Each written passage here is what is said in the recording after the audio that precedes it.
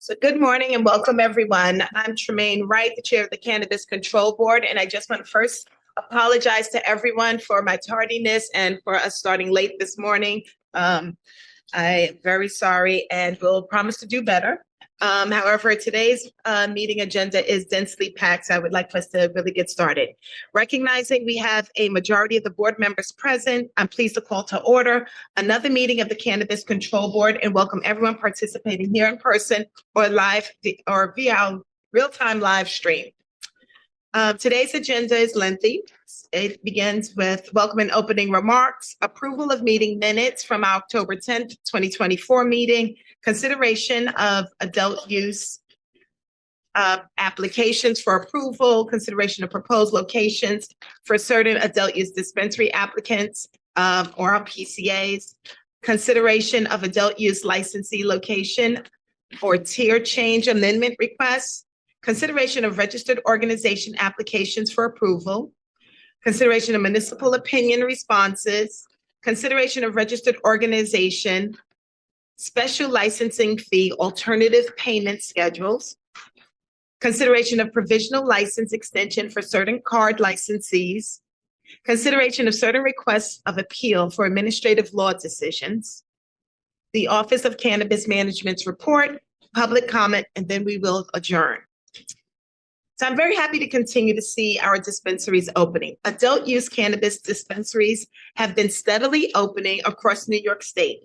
And as of today's board meeting, 230 dispensaries are open and operational. A list of open dispensaries is available on the office's website and can also be accessed by going to our local map. With the new dispensaries, it's also encouraging to see the program is maintaining its equity goals as we continue to exceed the cannabis law's goal of issuing 50% of adult use licenses to businesses designated as social and economic equity applicants. We will endeavor to maintain this benchmark as we continue to license additional businesses in the coming months. As we begin to approach the end of 2024 and start to look back and reflect on the progress made in the adult use cannabis market, I think we can all be proud of the milestones we've accomplished as we've transitioned to a more mature market.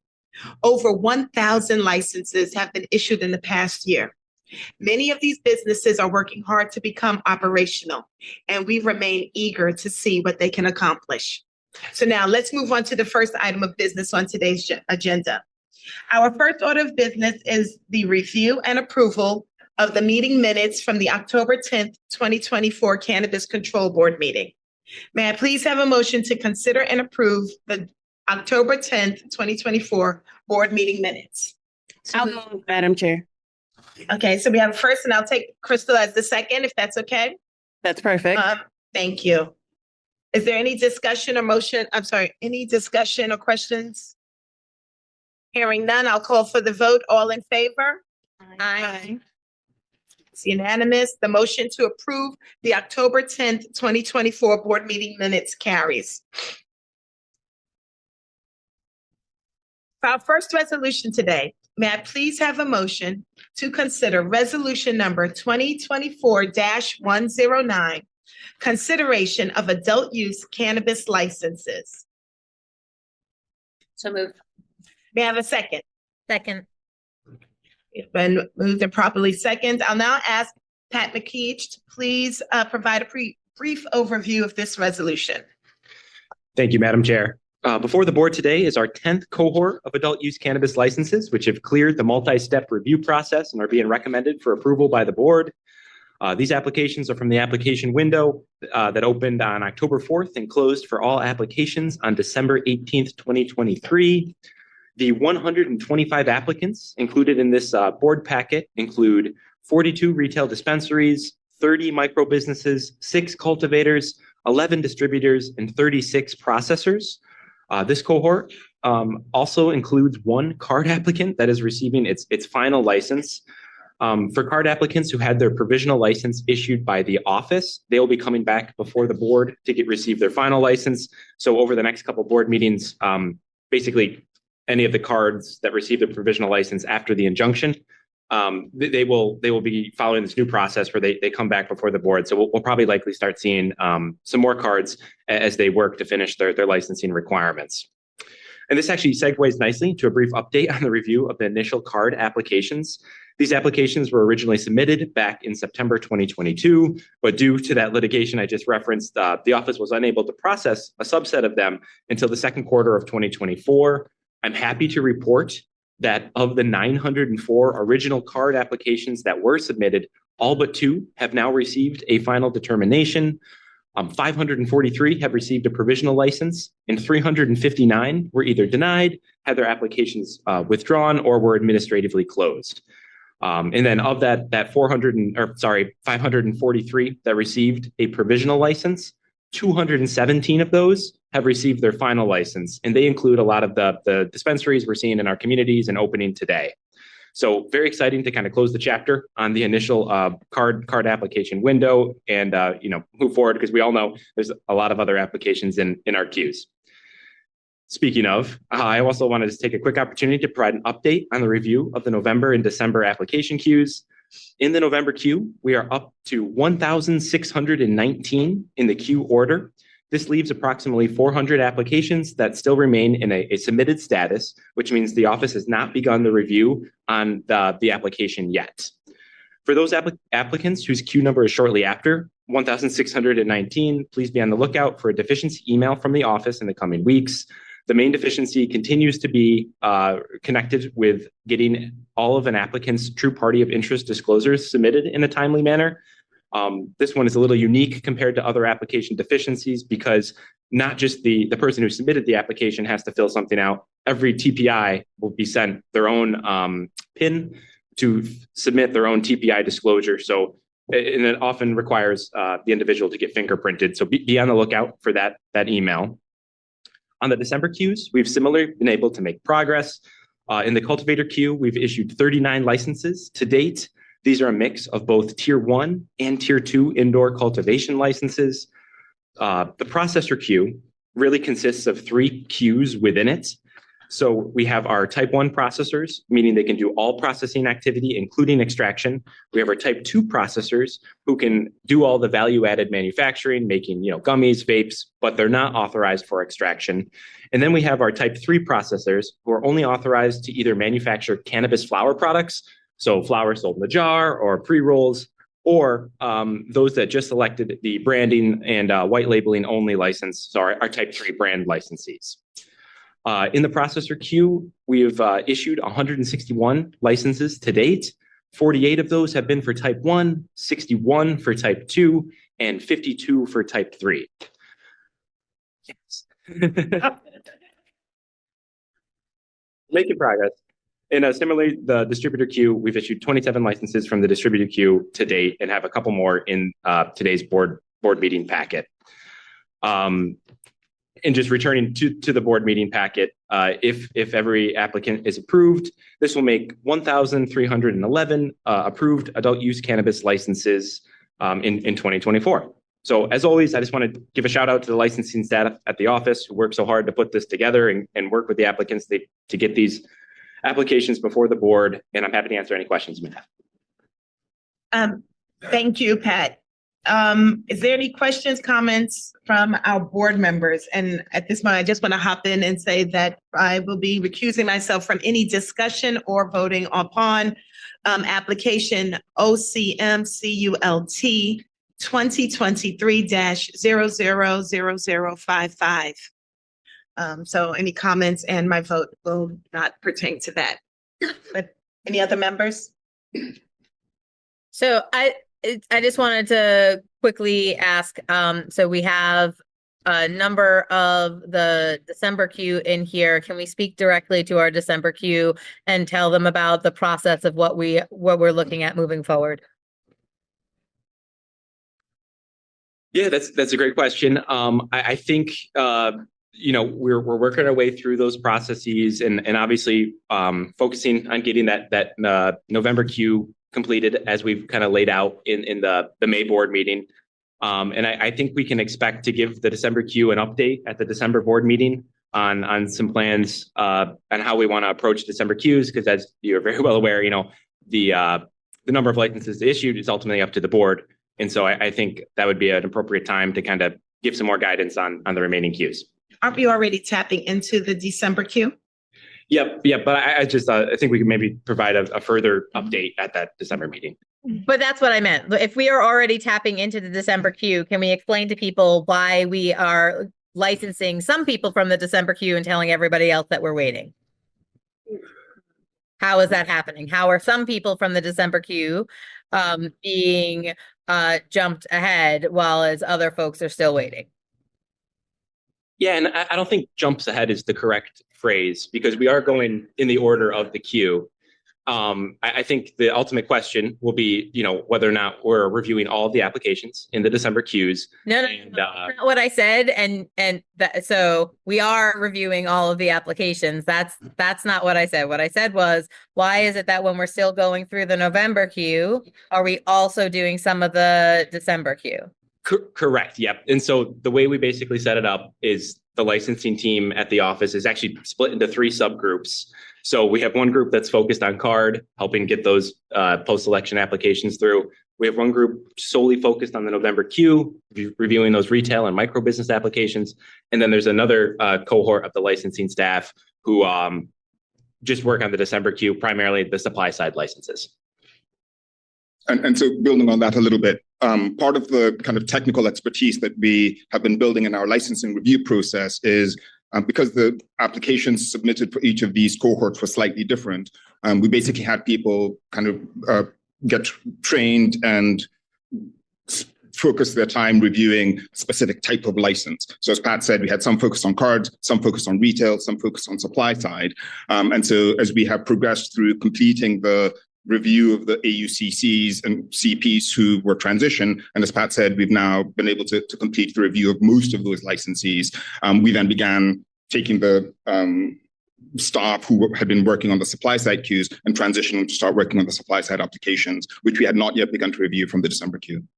May I ask, aren't the applications that we've been looking at from December conditional licensees that had to convert to full license, regular adult use? Isn't that the primary population of licenses that we've been looking at? Actually, they're mostly the AUCCs and AUCPs are not in the December queue. Oh, they're not? Yep. Okay. It's new applicants. Okay. Yep. All right. So I do think that we just need a fuller explanation because I think that there's a confusion of which population we're looking at and why. And it had been, I guess, kind of it's gotten convoluted where the conditional sat, if they were in our November queue, if they're in our December queue, and who in December is actually being tapped at this moment and why. So if we can get those questions answered, that'd be helpful. Absolutely. Thanks. Absolutely. Are there any additional questions or comments? Okay, hearing none, I'll call for the vote. Dr. Gilbert Jenkins? Aye. Ms. Knight? Aye. Ms. Garcia? Aye. Ms. Rodriguez Gabney? Sorry. And I vote in the affirmative as well. The motion to approve resolution number 2024-109, consideration of adult use cannabis licenses carries. For our next order of business, I would like to request my fellow board members to turn their attention to the 5 proposed locations for certain adult use dispensary applicants, or as commonly referred to as public convenience and advantage license requests. We are going to address each request separately. However, before I move to begin our consideration, I would like to ask Patrick McKeach to please provide an overview of these requests. Thank you, Madam Chair. The information shared with the board related to these adult use retail dispensary locations that are under consideration for public convenience and advantage. A background: under Article 4 of the Cannabis Law, the board has the responsibility of overseeing all adult use cannabis activities. And one of these board duties, as outlined in Section 64 of the Cannabis Law, is to establish regulations for determining whether granting an applicant's adult use license would promote public convenience and advantage. Currently, these factors are defined under Section 119.4 of the New York regulations. At our September 10th board meeting, the board approved a resolution directing the office to file proposed amendments to these regulations for public comment. Please note that while the board is considering the request under the framework in the current regulations, future requests, including requests received after the new regulations were voted on, will be evaluated under these new framework for our public convenience and advantage regulations that are currently out for public comments. The applicants in this resolution have all submitted information requesting public convenience and advantage, and the office has shared those requests with the board for their consideration. Lastly, it's important to note that this discussion and approval for these requests is based solely on the existing regulations and does not set precedent or for future determinations under the amended regulations once they are finalized. Thank you, and happy to answer any additional questions. Thank you. And just for the board, I want to let you know that there is a small process change here since we're doing them individually. I am going to bring each request forward for discussion. After a motion is made to either approve and or deny the request, I will take a vote on that motion so that we can thereafter move forward to the next item. So the first request is in the matter of Leafy NYC LLC, adult use retail dispensary license application ID numbered OCM-RETL-2023-000951. Location 245 West 14th Street, New York, New York. And we will open that up for any discussion or comments regarding their request. This is Leafy. Could we get a review of what led to the recommendation? Yes, definitely.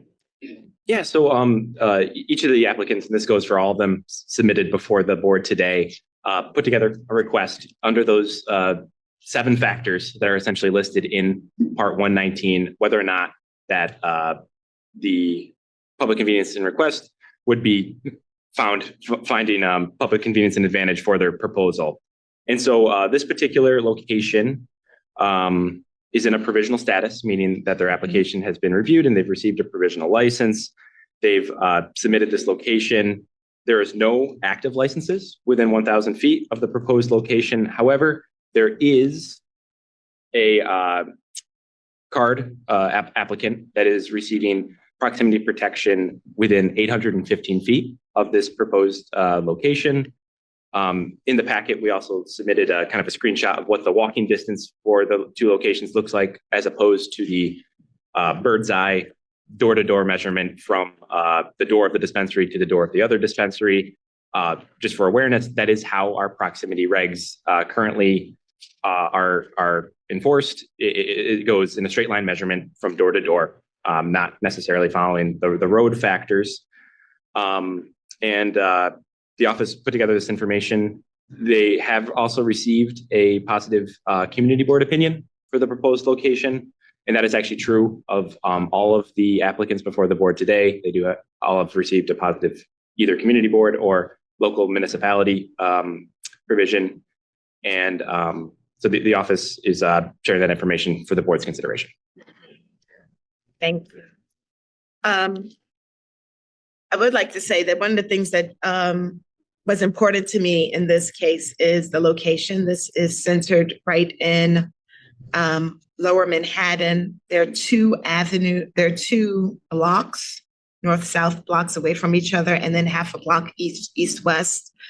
So it's also a very densely populated area. So it's a lot of things that we can consider in thinking about whether or not these are if it's a possibility once that store is open, if it's something that would impact their profitability and if they would still be able to thrive the way we hope and intended for them to. And I appreciate that the community board has spoken to this as well as all of the other applications for this community because there's a lot of interest in it. Are there any other questions, comments related to this applicant? And just as a reminder, since this is a provisional licensee, when we vote, we are voting also on their license here. So I'm going to ask if I may please have a motion that the board approve the request in the matter of Leafy NYC LLC and grant the license because the proposed location would promote public convenience and advantage under the factors set forth in Cannabis Law Section 64 and Title 9, New York Codes, Rules, and Regulations, Section 119.4. So moved. May I have a second? Okay, Second. thank you. Any discussion or questions remaining? Hearing none, I'll call for the vote. Dr. Gilbert Jenkins, Aye. Ms. Knight, Aye. Ms. Garcia. Aye. Ms. Rodriguez Dabney, Aye. and I vote in the affirmative vote as well. The motion to approve the request in the matter of Leafy NYC LLC to grant the license because of the proposed location would promote public convenience and advantage under the factors set forth in the Cannabis Law, Section 64 and Title 9, New York Codes, Rules, and Regulations, Section 119. Carries. The second request is in the matter of Buzzy NY LLC, adult use retail dispensary license application ID OCM RETL 2023-001459. The location is at 137 Court Street, Brooklyn, New York, 11201. Any questions, comments from the board regarding this matter? And again, Pat, I'd like to ask if you can give us a brief overview of what was presented in this packet, please. Of course, yeah, absolutely. So for this one, which is a little different than the other ones, it's just still in the applicant stage. And so approval, the consideration for the board here is just the approval of the location. There would still be additional application requirements that would need to be met and fulfilled here. This conflicts with two current licensees that are receiving proximity protection. One is an active license, which is 956 feet away from the door-to-door measurement. And the other is a pending CAURD license, which is 743 feet away from the proposed location. Similar to the last one, this one also has a positive municipal opinion from the community board stating that they have no issue with the retail dispensary at the proposed location. And those are the top level. Thank you. Any other comments, questions from the board members? Again, we're looking at a New York City location here. So if I'm here, no other questions, I'm going to ask if I can please have a motion that the board approve the request in the matter of Buzzy NY LLC because the proposed location would promote public convenience and advantage under the factors set forth in Cannabis Law, Section 64 and Title 9, New York Codes, Rules, and Regulations, Section 119.4. So moved. Second. So I'll take one as the motion and the next as the second. Thank you. Is there any discussion, comments, or questions by any board members at this point? Not, I'll call for the vote. Dr. Gilbert Jenkins, Aye. Ms. Knight, Aye. Ms. Garcia, Aye. Ms. Rodriguez Dabney, Aye. and I vote in affirmative as well. The motion to approve the request in the matter of Buzzy NY LLC is approved because the proposed location would promote public convenience and advantage under the factors set forth in the Cannabis Law, Section 64 and Title 9, New York Codes, Rules, and Regulations, Section 119.4. Carries. The third request is in the matter of 463 Station Inc., adult use retail dispensary license application ID, OCM RETL 2023-001132. Location 463 Main Street, Beacon, New York, 12508. And Pat, I'll ask you if you could please just give us a quick brief overview on that one too. Of course. So this one has one conflicting dispensary, which is an active license. But what makes this one a little bit unique is this is a retail dispensary proposed location that is conflicting with a micro business proposed location. Yeah, they're both. And the micro business, as we all know, are a little bit of a different look and feel because they can only sell products that they produce. So typically, a dispensary, which is not limited to that, would obviously have a lot more of a kind of product offerings and be a little less niche as opposed to a micro business, which is a little bit more of that craft brewery vibe. So there is a micro business 794 feet away. That's the only pending location. There's also 2 letters of support, one from an assembly member and one from the local municipality, voicing support for this dispensary in the community. Thank you. Are there any questions, comments from board members? Discussion? Okay, I'm very happy that we are handling this one. Hearing no questions, I'm going to ask if I can please have a motion that the board approve the request in the matter of 463 Station Inc. and grant the license because the proposed location would promote public convenience and advantage under the factors set forth in Cannabis Law, Section 64 and Title 9, New York Codes, Rules, and Regulations, Section 11.9. I'll move. And I have a second. Second. All right. Any additional questions, comments by board members? Hearing none, I'll call for the vote. Dr. Gilbert Jenkins, Aye. Ms. Knight, Aye. Ms. Garcia, Aye. Ms. Rodriguez Dabney, Aye. and I vote in the affirmative as well. The motion to approve the request in the matter of 463 Station Incorporated and grant the license because the proposed location would promote public convenience and advantage under the factors set forth in Cannabis Law, Section 64 and Title 9, New York Codes, Rules, and Regulations, Section 119.4 carries.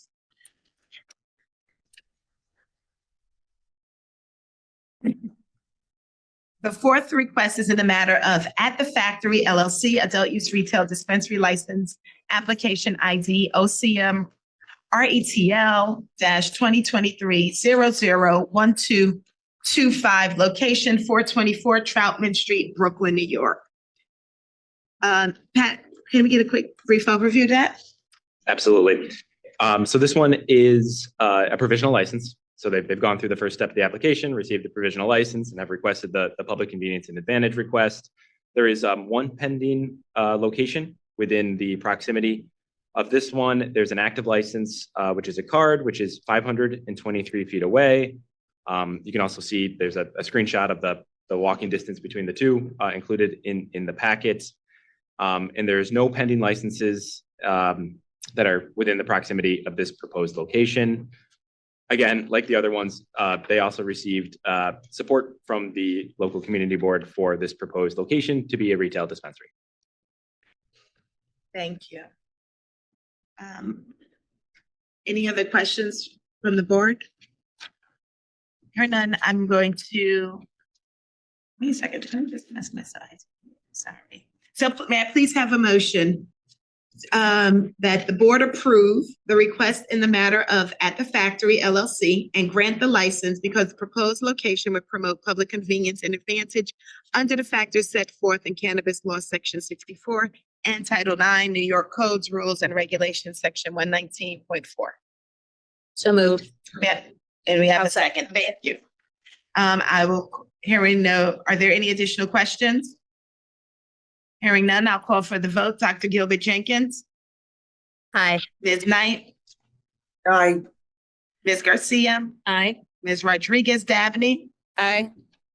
and I vote in the affirmative as well. The motion to approve the request in the matter of At the Factory and to grant the license because the proposed location would promote public convenience and advantage under the factors set forth in Cannabis Law, Section 64 and Title 9, New York Codes, Rules, and Regulations, Section 119.4 carries. And now the final and fifth request is in the matter of Greenleaf Cannabis LLC Micro Business License Application ID OCM MICR 2023-000621, location 356 West 40th Street, New York, New York 10018. Mr. McKee, can you please give us a brief overview? Yes. And so what makes this one a little different is they have already received their license. So they have a license under their micro business. However, as you know, all micro business applicants can add a retail location.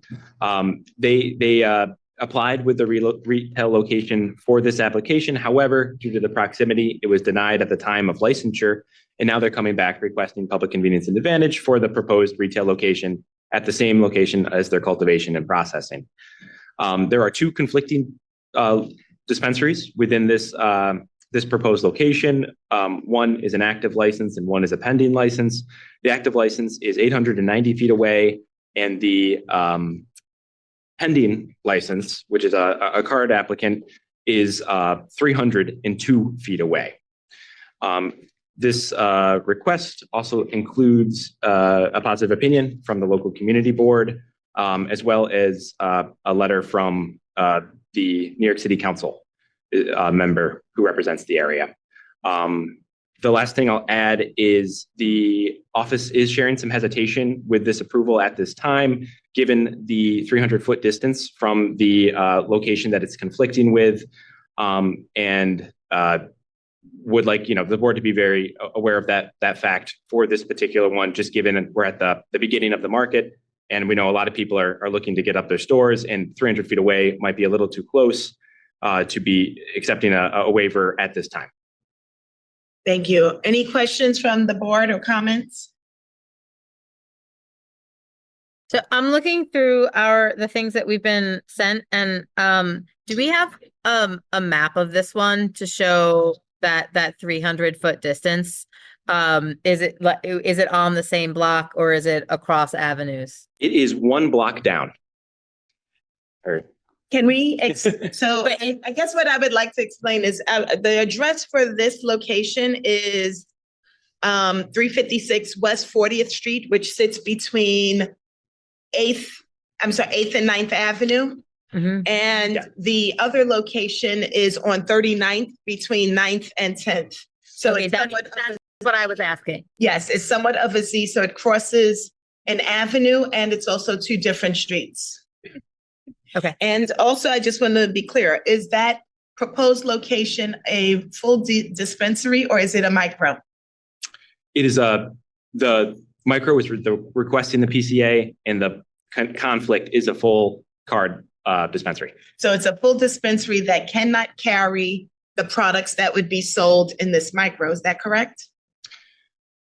Well, they can't carry a micro's products. It would be the micro business can only their stuff. Yeah. So this micro, unless they share their products with that institution that we hope opens on a block away, there would be no real competition between the two. Is that correct? Because they would be separate products. Or distinct products. Yeah, I mean, they would still be selling adult use cannabis products, but the micro business presumably would have a much smaller selection and more of a, selected group of products they manufactured, where a retail dispensary would have, like a liquor store, a variety of brands that this micro business would not be carrying. So they'd be kind of distinct in that way. They are distinct in that way. Yeah. So aside from the proximity, what else distinguishes this request from the one in Beacon, which was also a micro business? That's a great point, Board Member Garcia. I think primarily it's just the proximity is the only thing that's really different in this one. The one in Beacon was nearly 500 feet further. It was further out. Yes, the micro that was conflicting was nearly 500 feet further. Okay. But I think the fact that one of these is the fact that they're on different streets to me is significant. That one's on 40th and one's on 39th is a significant difference. I do feel that it's somewhat significant that they're on different avenues and that the product lines would be quite different. I feel that that's not, unless this micro decides that they want to engage in business and these two businesses agree that they want to sell the same products, there's no way on earth for them to sell the same products. So I think that by itself sets them up as completely distinct and different entities, and they would not have the same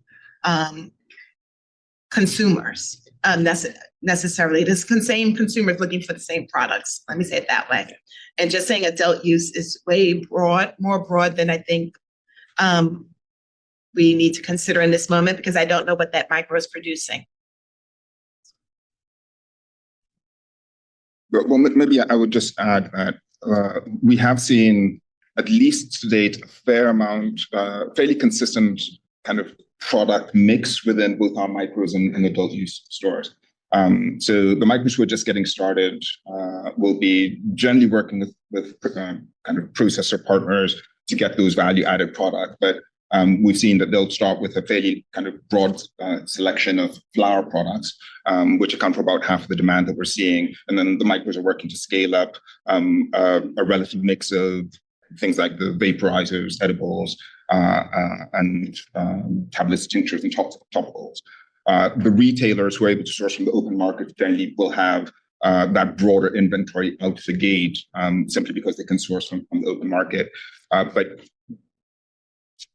we expect that as this market grows, at least in terms of the nature of the products carried, there'll at least initially be some Similarity, but not the same, correct? Right, and But they can't be unless this yes, process it'll be is different. designed. It'll be different brands.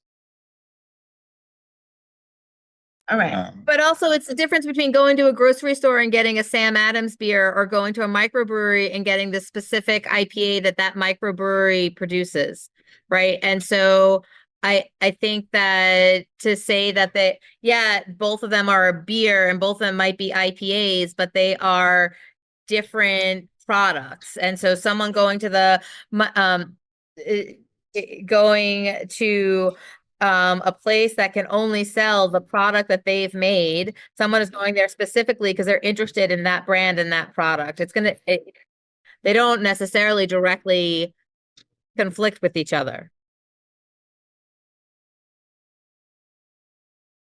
Yeah, I'm definitely of the thought process here that we're trying to say that you can't sell like items in the same area. And I think that might be hindering the growth of businesses, particularly a business like this, where we've already licensed them to process and to cultivate at that location. I think that in giving someone the nod for them to move forward with their business at that location, that we need to really be careful about thinking about what we are prohibiting them from doing and the cost it would impose for them to have to find an entirely different location to run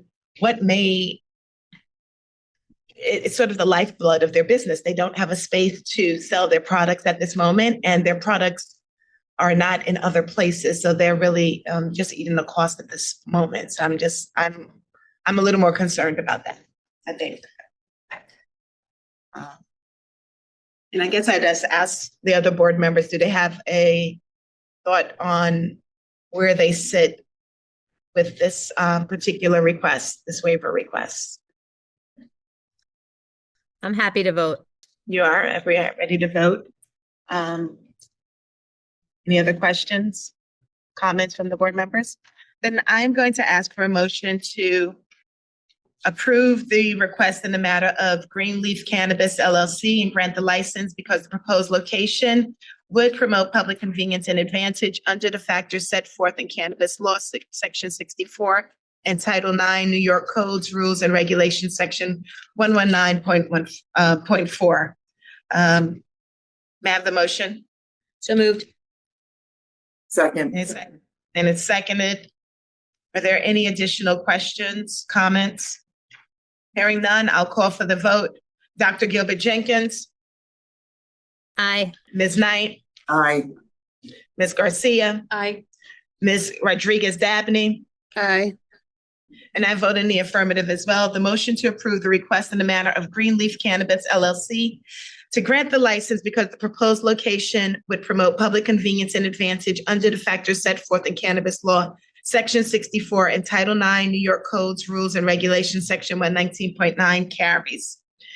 Next, we are going to move on to our next order of business. May I please have a motion for to consider resolution number 2024-111, consideration of adult use licensee location change amendment requests. So moved. May I have a second? Second. Thank you. I'll now ask Mr. McKeach to please provide an overview of this resolution. Thank you, Madam Chair. The cannabis law and regulations allow the board to authorize amendments to cannabis licenses. The office launched an amendment survey in August, which allows adult use cannabis licensees to request certain amendments, including location changes, which in accordance with our rules and regulations require board approval. The office has begun the review of these amendment requests and will be reviewing them on a rolling basis as at subsequent board meetings, as we're noticing a theme here. The amendment requests before the board today include both supply side and retail dispensary licensees. In total, there are 13 licensees who are requesting a location change in some form. Please note that the office will only process amendment requests received via the amendment survey, which is located on our website under the licensing tab on the adult use page. Email submissions of a location request will not be considered. You'll just be redirected to that survey. And thank you. Happy to answer any questions the board may have. Thank you. Is there any discussion, questions, comments from the board? I just want to say thank you very much for putting that button on the site so that everybody can begin to go directly to the source and apply for their changes. So hearing no other questions from the board, I'll call for the vote. Dr. Gilbert Jenkins. Aye. Ms. Knight. Aye. Ms. Garcia. Aye. Ms. Rodriguez Dabney. Aye. And I vote in the affirmative. The motion to approve resolution number 2024-111, consideration of adult use licensee location change amendment request carries. Next, I would like to ask for our next order of business, may I please have a motion to consider resolution number 2024-112, consideration of registered organization applications for approval. So moved. May I have a second? Second. Kathleen moved and seconded, and I just also want to bring to everyone's attention that we have had the removal of one of the applicants that was originally included. However, I'm going to ask Ms. Robinson if you please give us an overview and just delineate which ones remain. Thank you. Good morning and good afternoon to all. Today, the office continues to grow our medical program with the ultimate goal of increasing patient access. Last month, we brought to the board 3 registered organization applications for approval. Today, we have 4. As the chair mentioned, one of those applications has been removed in order to conduct further diligence, but we do have several other applications we hope to bring before the board before the year is over. Now, the 4 applications before the board today reflect some of the strongest amongst the application pool that we've received for these registered organizations. Next slide, please. If you recall, under the cannabis law, there's a requirement that it be within the public interest that these operators be registered. Now, today, the board will be approving these 4 applications, and these applicants had to demonstrate their ability and capacity to serve the public interest. As we look through their applications, just a couple of things worth highlighting. One, the cultural, linguistic, and medical competence requirements set out in the law. Applicants were able to satisfy this requirement through a number of ways, including demonstrating the ways in which they'll provide language services to their patients, demonstrating that they have medical capacities within their organization. So thinking about the capacity of their owners and of their labor force. We are also looking at a number of applicants that understand the ways in which certain medical conditions may affect certain populations and how they intend to address that. There's also an affordability plan required as a part of this application, in which these applicants demonstrated that they will provide affordable products for all patients. So ways in which they were able to satisfy this requirement include margin analysis, looking at the various tiered products, discount plans that they intend to offer, for example, to our veteran community, to our senior community, dedicated shelf space within a certain price range, again, all towards the goal of making sure that medicine is affordable. Applicants were required to submit an environmental plan showing the ways in which they will protect the environment and their sustainability objectives. So some of our applicants provided plans to collect the packaging used on those medical products, from consumers once those products have been used, and then recycle that packaging themselves. We received very significant descriptions around ways in which they'll keep water usage low, carbon emissions low, especially as these are vertical operators. That's a very keen point, the ways in which they'll keep their emissions low. Diversity, equity, inclusion goals came through the diversity plan. Some of our applications discuss health equity training. They discussed targets for their suppliers in terms of how many of products they'll supply from minority and or women-owned businesses. They talked about their internal practices to make sure that they are retaining diverse staff and what the resources they'll provide them with. Last but not least is outreach to practitioners and researchers. Now, this is a particularly important element for us as an agency, especially as we grow this medical program. We want to make sure that we are bringing on medical operators who will be partners in growing the pie. So a number of these applicants have histories of conducting conferences with practitioners and with researchers, have a history of working with them and making sure that the research, medical research, as well as cannabis research that's out there informs their product, their programming, and their marketing. We've also learned that several have medical advisory boards, which to us is particularly appealing, again, as we think about growing this program. Now, of the 4 applications before the board today, only 2 of them have demonstrated site control, and they have proposed locations within New York City, as well as in the Mid-Hudson region. The other 2 applicants provided proposed locations upstate, but do not yet have site control. The last thing I want to note here is that these applications before the board today are for approval. This is not an authorization for them to commence operations, right? We do have a longer process before they can commence operations, but this will at least give these applicants the green light in terms of getting started. Thank you. Are there any questions or comments from the board? How will we know where they're ultimately authorized to operate?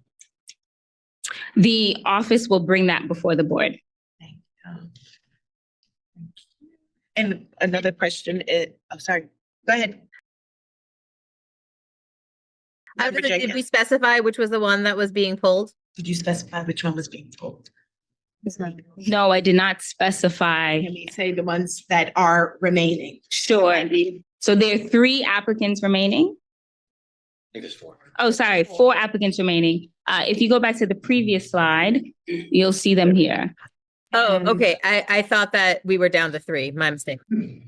I was just going to read it. Amethyst Health LLC, Project Fair Day, Pure Beauty, NY LLC, and New York State of Mind Flower LLC. Yes. So these are the applications that have been fully vetted by the office and are before the board today for approval.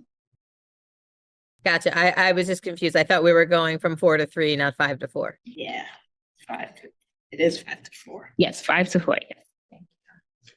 And those are the 4. So, are there any other questions or comments? Hearing none, I'll call for the vote. Dr. Gilbert Jenkins, Aye. Ms. Knight, Aye. Ms. Garcia, Aye. Ms. Rodriguez Dabney, Aye. and I vote in the affirmative as well. The motion to approve resolution number 2024-112, consideration of registered organization application for approval carries. For our next order of business, may I please have a motion to consider resolution number 2024-113, consideration of municipal opinion responses. So moved. May I have a second? Second.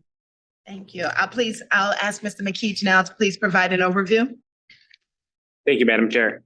Section 76 of the cannabis law provides that when a city, town, or village within New York State or community board within New York City expresses an opinion either for or against the board's issuance of a license authorizing retail cannabis sales, the board shall respond in writing with an explanation to how that opinion was considered.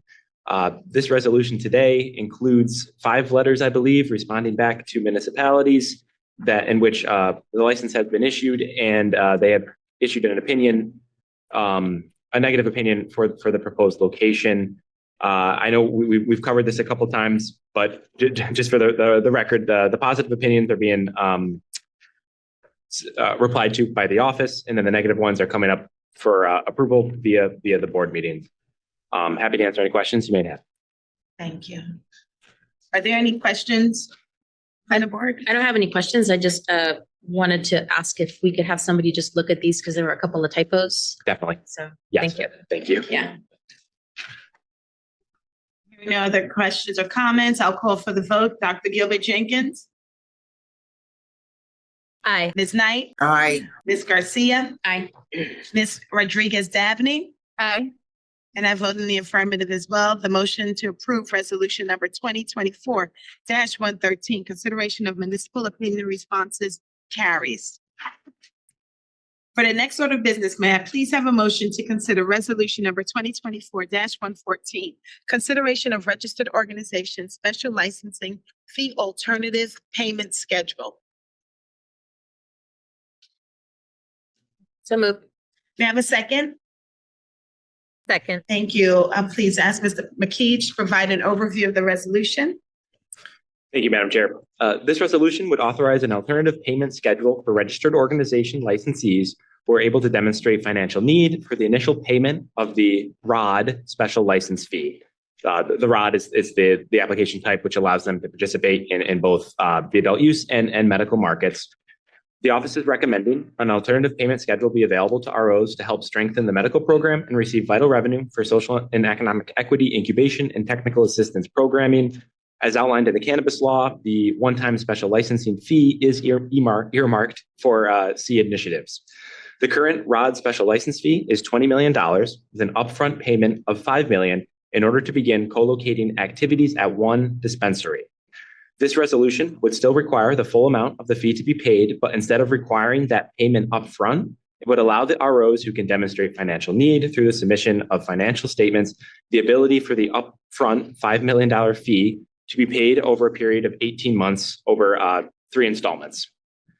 With a decline in the number of patients in the medical cannabis program, many medical-only dispensaries are struggling to remain operational. The ability to co-locate a dispensary and offer adult use sales will help offset and keep more medical dispensaries open, which is very helpful for patient access.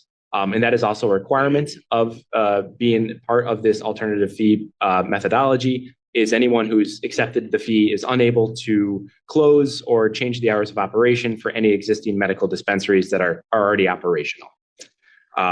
This alternative payment schedule would only apply to the first $5 million of the special licensing fee and not impact the payments remaining, which become due when the ROD opens additional co-located locations or hits certain revenue targets outlined in our regulations. And thank you. Happy to answer any questions you may have. Thank you. Are there any questions or comments from the board?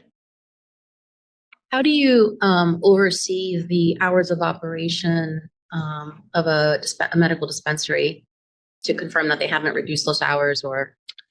So they're required to kind of let us know what their hours of operation are. So we have all that information.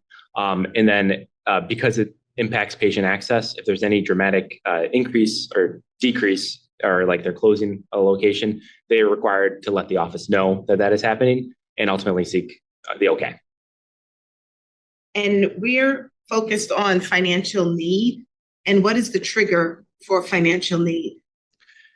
This will really come down to looking at the dollars and cents of the RO's medical dispensary operations, particularly in New York. We are asking for standard financial documents. We've had a couple of preliminary discussions with several ROs who have sent some additional information. And we're really just looking to see if the cost of operations can be maintained through the sales in the medical program. So it's not just a dollar amount, or is it an overall assessment of their operations? Correct. It would be more of a holistic assessment. So we don't have a trigger. It's not one thing that triggers. Yes. So essentially, sorry, go ahead. No, you go ahead. Sorry, Okay, so anytime they're no longer, so we would have to be committed to doing an assessment in order to accelerate payments, unless they told us otherwise. Correct. Okay. And we are only looking at their finances in New York, or are we taking their finances in other states into account, saying, so if they're in another state and they're doing poorly there, are we going to give them that benefit here? Because as a whole, they're having economic problems, but their New York side isn't. Trouble. Yeah, I'm happy to take a stab at that. So as we look at their analysis and look across their financials, we're looking at what their cash flow is, right? Does this company have $5 million right now in cash to provide it? If they don't, then what's our projection based on their New York operations that they will be able to provide that funding? Now, because the fee is part of their transition to New York retail, we are specifically interested in what their New York retail operations and cash flow may allow. Right, but if they're so they have to be established as a medical dispensary before they can co-locate. So are we looking at just their medical dispensary success here, or are we taking into account the fact that they're being run into the ground in another state and therefore are looking to New York State to subsidize their expansion here?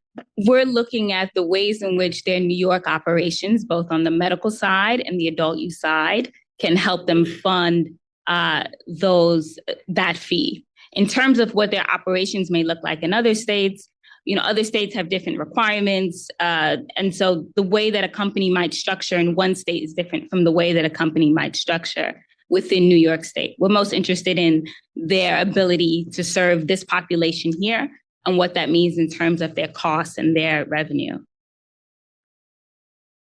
So I think that the idea behind this is really important, but the devil is in the details, and I'm nervous about the way that we follow up and that we ensure that we are not just giving a handout to corporations on the back of some of our smaller retail dispensaries that don't get a help like this. Or are prohibited from from expanding before this payment is completed. That's correct. And the payment schedule requires that the final payment is at least 6 months before any renewals. Is that correct? That's correct. So we have these protections in place to ensure that this is not a green light for them to just keep on running, keep growing on the AU side, and continue to claim that they're under financial distress. There is a prohibition. So once they request this deferral fee, they cannot open any other AU stores. If they intend to grow, then the fee is due. Okay. So it only applies to one location that they're transitioning. And I think that makes a significant difference in how they can lever this as a way to kind of incrementally enter the market and participate in it without giving them full carte blanche access to the market without paying these monies. I also think it's important to recognize that there's also kind of a default trigger, which is if we don't receive a payment, then they'll have to cease the AU activities until such time as they can make a payment and then continue along that payment plan. So we wanted to guarantee that we weren't put in a position where we're granted this, what I think is an important accommodation, but that then allowed them to participate without then meeting their financial obligations to the state. So we do have a couple of backstops to help us manage the payment schedule without actually going in and doing an assessment of their finances. We're scheduling it to end 6 months before the license ends. Yes. We can stop the adult use sales. And we have the authority to not renew any license that comes before us for renewal if payments are not made or if they're delinquent. Right. So as you just mentioned, Chair, 18 months is what they're given in terms of deferral. Renewal happens every 24 months. So we have a number of backstops in which we're looking at whether this deferral is still appropriate. Additionally, we have backstops in which, for example, if the company overgoes a major reorganization or an acquisition or gets a large injection of cash, then that would trigger another analysis and they would potentially lose that deferral. Right, so if they're out raising money, we know about it, then that triggers us, and we know that we can also tap in to say, we would like this debt to be paid as well. Exactly. Okay. Are there any other questions or comments from the board members? Hearing none, I'll call for the vote. Dr. Gilbert Jenkins, Aye. Ms. Knight, Aye. Ms. Garcia, Aye. Ms. Rodriguez Dabney. Aye. I vote in the affirmative as well. The motion to approve resolution number 2024-114, consideration of registered organization, special licensing fee, alternative payment schedule carries. Next, I would like to ask for a motion to please consider resolution number 2024-115, consideration of provisional license extension for certain CAURD. I have a motion, please. I'll move. So moved. So I'll take I'll take Second. Gilbert Jenkins as the motion and Ms. Garcia as the second. And I'll ask Mr. McKeach to please provide an overview of the resolution at this time. Thank you. And we're getting there. We have So- a lot today. yeah. So this is a resolution. Provisional CAURD licensees are valid for 12 months from the date that their provisional license is issued. The first cohort of CAURD provisional licensees is set to expire at the end of this month, November 2024. And we've actually heard some outreach from CAURD applicants requesting more time to operationalize their license. So given the unique factors that the CAURD applicants have faced, particularly with the rollout related to the social equity fund, the litigation around the CAURD program, and a recent change we made that allows a provisional CAURD licensee to look for a dispensary in any region that they want to look for a dispensary, not just the number one region they selected on their application. The office believes all justifies reasons to add additional time for the CAURD licensees to operationalize this provisional license. The office is proposing a 6-month extension to the provisional CAURD license, and this would go from the date that the provisional license was issued. So the November ones would be 6 months into 2025.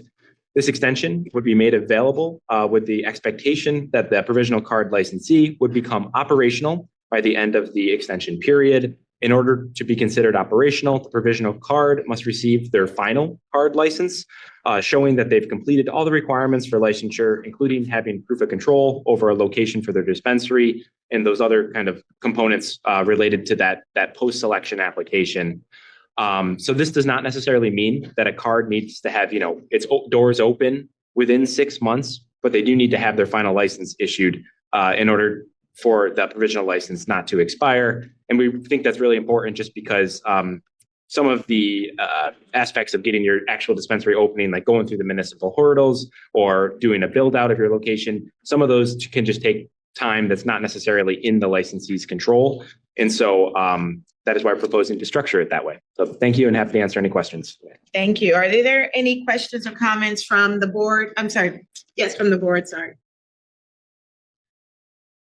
I just want to say that the movement for this consideration was Ms. Rodriguez Dabney, not me. Oh, sorry. Yes, thank you. As part of our communication plan for this, I think just worth noting that we will be working on a rolling communication to alert people when the clock is winding down.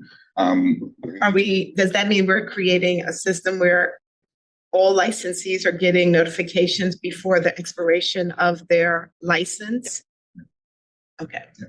At least for this cohort who've been granted the extension, certainly is a priority. And so critically important that you pay attention to your emails, understand the implication of this expiry deadline that we're approaching.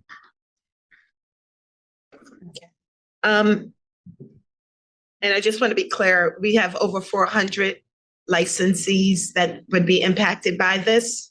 Correct. Yeah. Basically, any CAURD that received the provisional license before the injunction. So anyone who received the license before August 7th, 2023. Okay.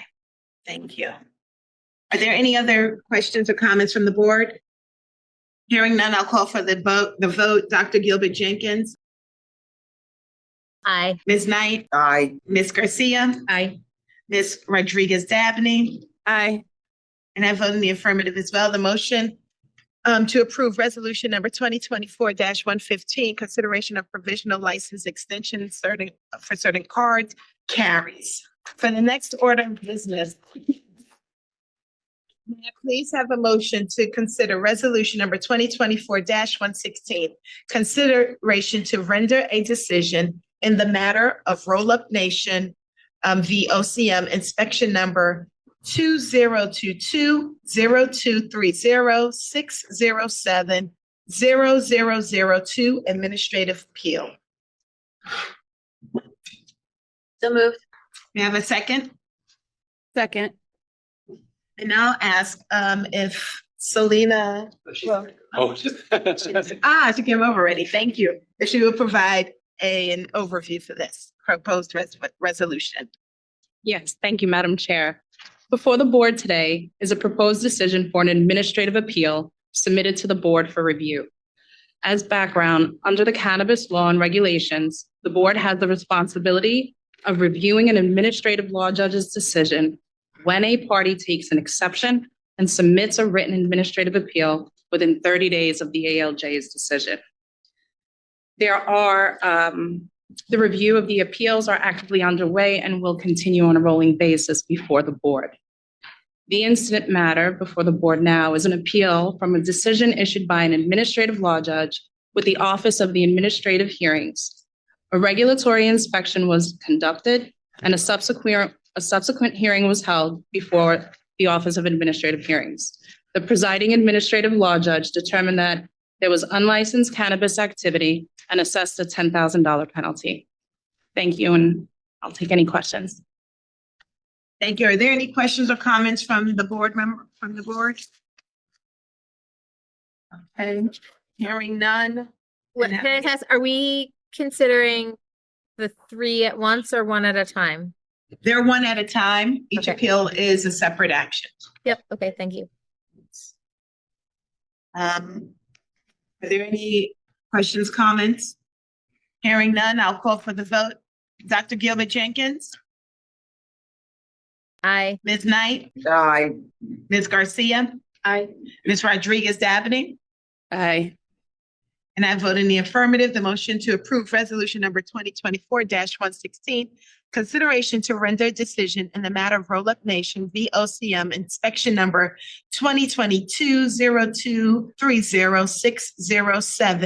2022-0230-607-0002 administrative appeal carries.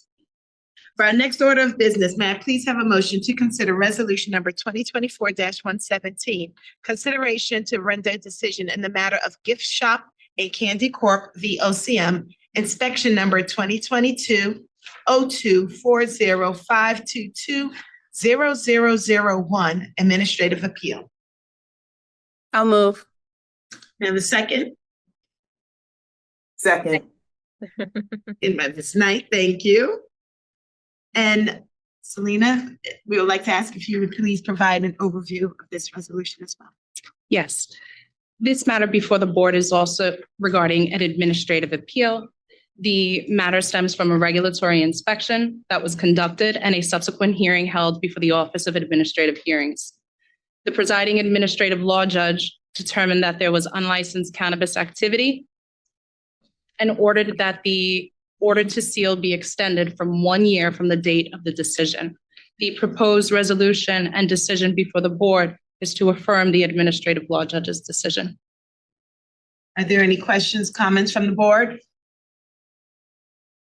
Hearing none, I will call for the vote. Dr. Gilbert Jenkins, Aye. Ms. Knight, Aye. Ms. Garcia, Aye. Ms. Rodriguez Dabney, Aye. and I vote in the affirmative as well. The motion to approve resolution number 2024-117, consideration to render decision in the matter of Gift Shop and Candy Corp. v. OCM inspection number 2022-0240-522-0001, administrative appeal carries. For our next order of business, may I please have a motion to consider resolution number 2024-118, consideration to render a decision in the matter of Shop Smart Convenience, doing business as The Garden, VOCM, inspection number 2072-0240-717-0025, administrative appeal. I'll move. And Selena, may you please give an overview of this resolution? Oh, I'm sorry, may I get a second? Second. Sorry, thank you. It's been properly moved in second. Selena, may I ask for an overview of this resolution, please? Yes, Madam Chair. The resolution for the matter is also stemming from an administrative appeal following a regulatory inspection, a subsequent hearing before OAH, the Office of Administrative Hearings. At the hearing, a presiding administrative law judge issued a decision in which they determined that there was unlicensed cannabis activity at the premises and ordered that the order to seal be extended against the business for 1 year from the date of the decision. The proposed resolution before the board, along with the resolution and proposed decision, is to affirm the administrative law judge's decision. Any questions or comments from any members? Thank you, Selena. And hearing none, I'll call for the vote. Dr. Gilbert Jenkins? Aye. Ms. Knight? Aye. Ms. Garcia? Aye. Ms. Rodriguez Dabney? Aye. And I vote in the affirmative as well. The motion to approve resolution number 2024-118, consideration to render decision in the matter of Shop Smart Convenience, doing business as The Garden, VOCM, inspection number 2072-0240-717-0025, administrative appeal carries. And that concludes the resolutions before the board for today's meeting. I'll now ask the office to please provide their report. Thank you, Madam Chair. We have a number of updates today, including a compliance update, a market update, an update on our seed to sale implementation, a social and economic equity update, and update on the community reinvestment grants RFA that recently went out. I think I'm up first. Wouldn't mind going to the next slide.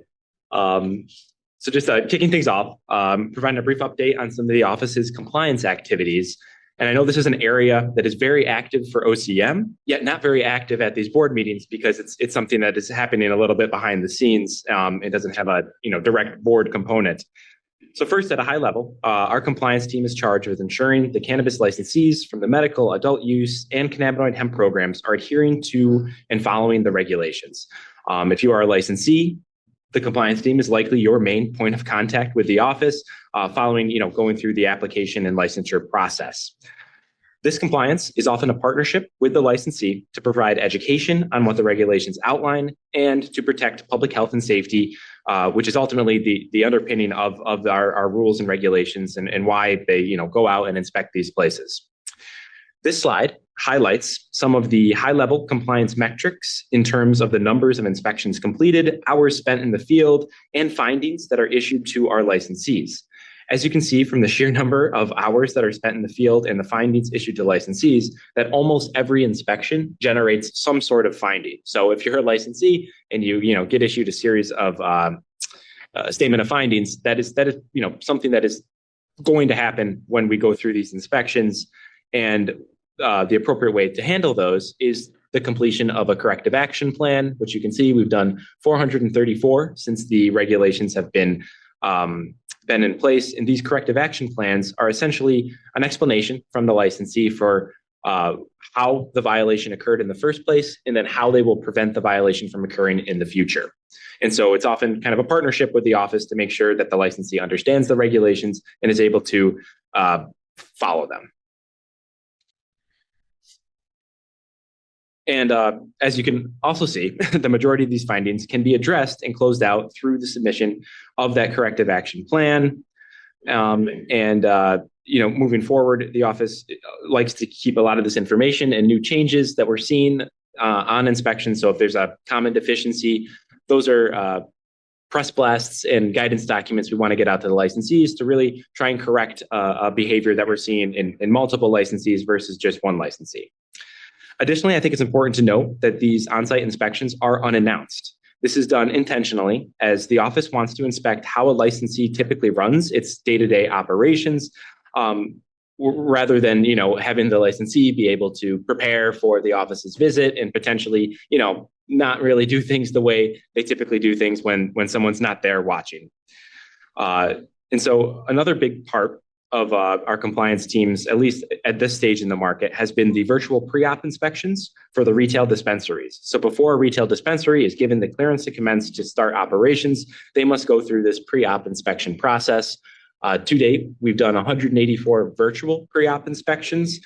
Previously, we were doing on-site ones, and as the number of dispensaries started opening, that just became impractical for the amount of compliance staff we have. But the virtual pre-ops have been going very well.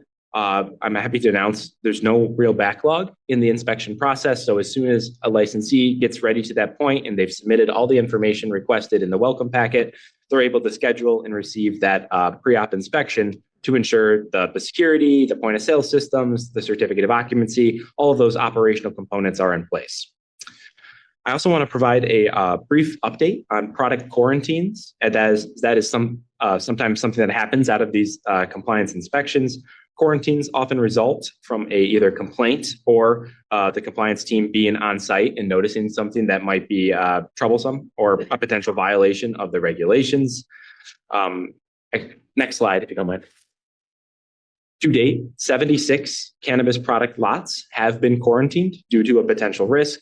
64 of those quarantines ended up being lifted as a result of the investigation or action taken by the licensee through a corrective action plan to address whatever issue might have been at hand.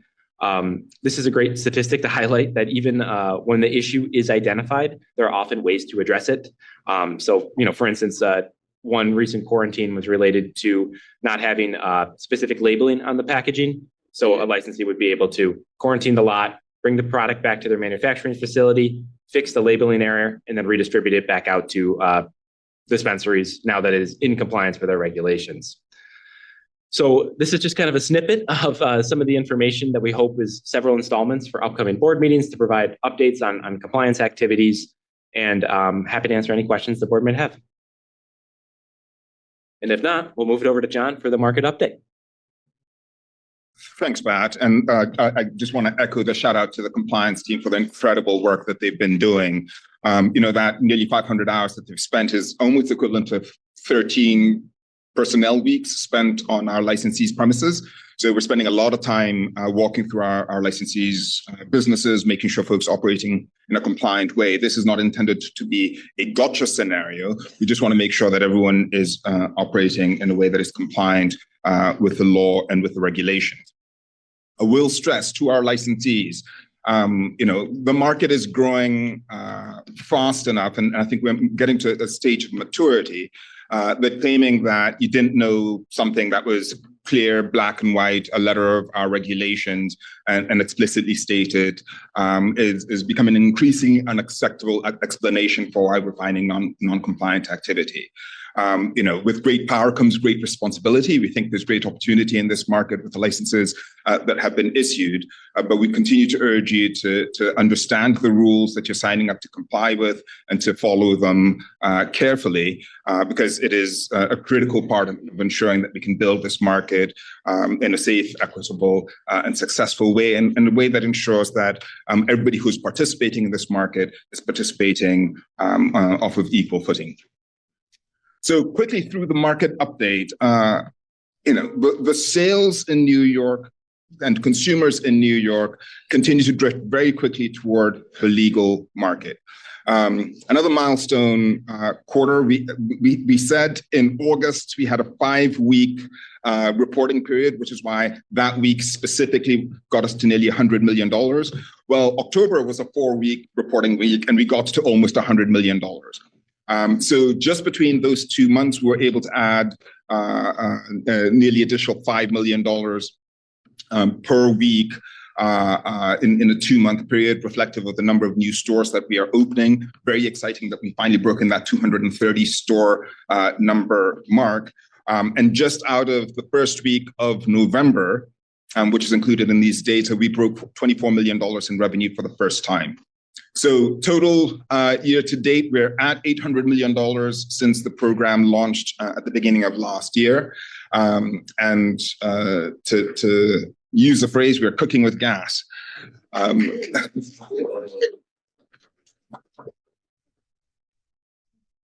Next slide. I'll continue to show this slide just because I think it's such a great reflection of the kind of coordinated effort between the agency's operations to get doors open, to get licenses authorized and approved to proceed, and our licensees who just done a phenomenal job taking the authorizations and sprinting to open the doors and start serving the customers of New York. So as you may recall, we launched and deployed our ICE-T task force activity in mid-May, at which point we're pulling in about $12.5 million a week in revenue. We've essentially doubled that over the last 25 weeks or so. So real velocity, a week-over-week change of 3%, partly attributable to last week was a strong week for new store openings. But we're really bullish as we kind of propel through to the end of the year. And on the next slide, you can see the contrast between last year and this year has really grown dramatically. We're at $640 million roughly for the year thus far. At the rate we are going, based on the combination of stores that we anticipate opening through the end of the year, some of the stores who are open, who are still kind of finalizing their reporting to us. So there's usually a bit of a lag between the doors first opening and when we receive the first reports. And we have been intentional not to make assumptions about what those stores who have not yet reported to us are making. So there's a bit of actually underreporting here. And so as those reports are coming in, coupled with the new stores that we expect to open at the end of the year, I think we're quite comfortable with an outlook for the end of the year that will exceed $800 million. Earlier this year, we said, $1 billion would be our stretch goal. I might revise that down a little bit, depending on what the reports look like over the next 3 to 4 weeks. But overall, an outcome of over $800 million for the year, when some folks had us estimated at less than $400 million for the year, I think is a very strong result and real testament to the very positive response we've seen from consumers in New York. Before I transition to the seed to sale update, I would like to just kind of reflect on the election and our thinking about some of the issues that get stimulated by what was a very consequential election last week. It's still too early to tell all of the ways in which this election is going to implicate the legal cannabis market in New York, across the country, and across the world.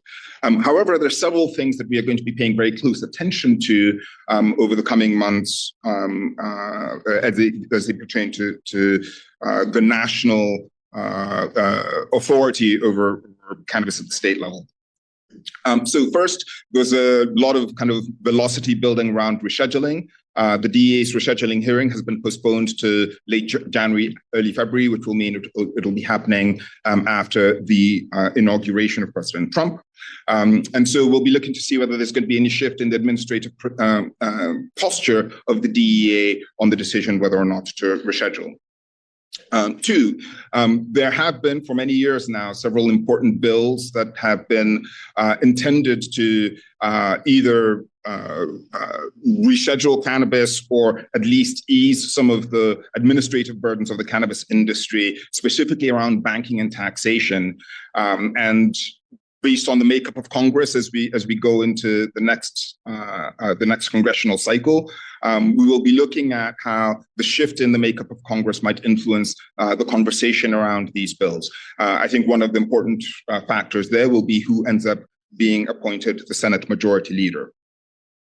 Third, there's been a lot of back and forth around what is going to happen with the cannabinoid hemp loophole and the intoxicating hemp products that are now being sold under the umbrella of the Farm Bill.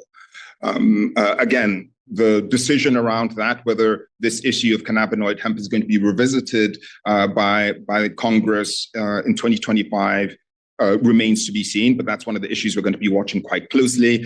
There's a very robust discussion happening around the regulation of cannabinoid hemp, not just in New York, but across the country. And so this is going to be one of the issues we'll be following very closely. 4 is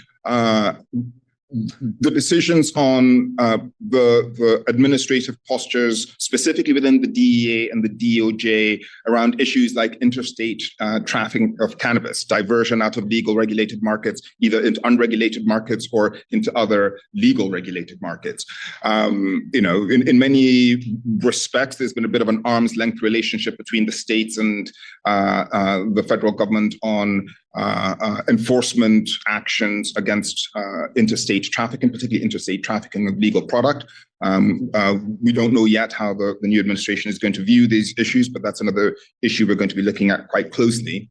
And then 5th, and critically for our markets stakeholders, is the question of investor sentiment at the macro level and then at the cannabis specific level.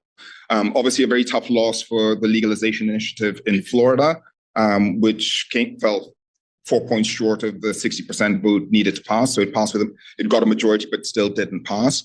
There's a lot of investor expectation that Florida was going to be the next great market. And so we're going to be spending a lot of time over the next few weeks, including later this afternoon, going to the Business of Cannabis show up in Harlem this afternoon, listening to investors and trying to understand their perspective and how this election outcome might be influencing their investment thesis. We remain deeply convicted that New York remains the most exciting and attractive investment market for cannabis investors in the world, and we'll continue to trumpet that position. But we obviously want to take into account both the macro and cannabis-specific issues that will influence the growth of this market going into 2025.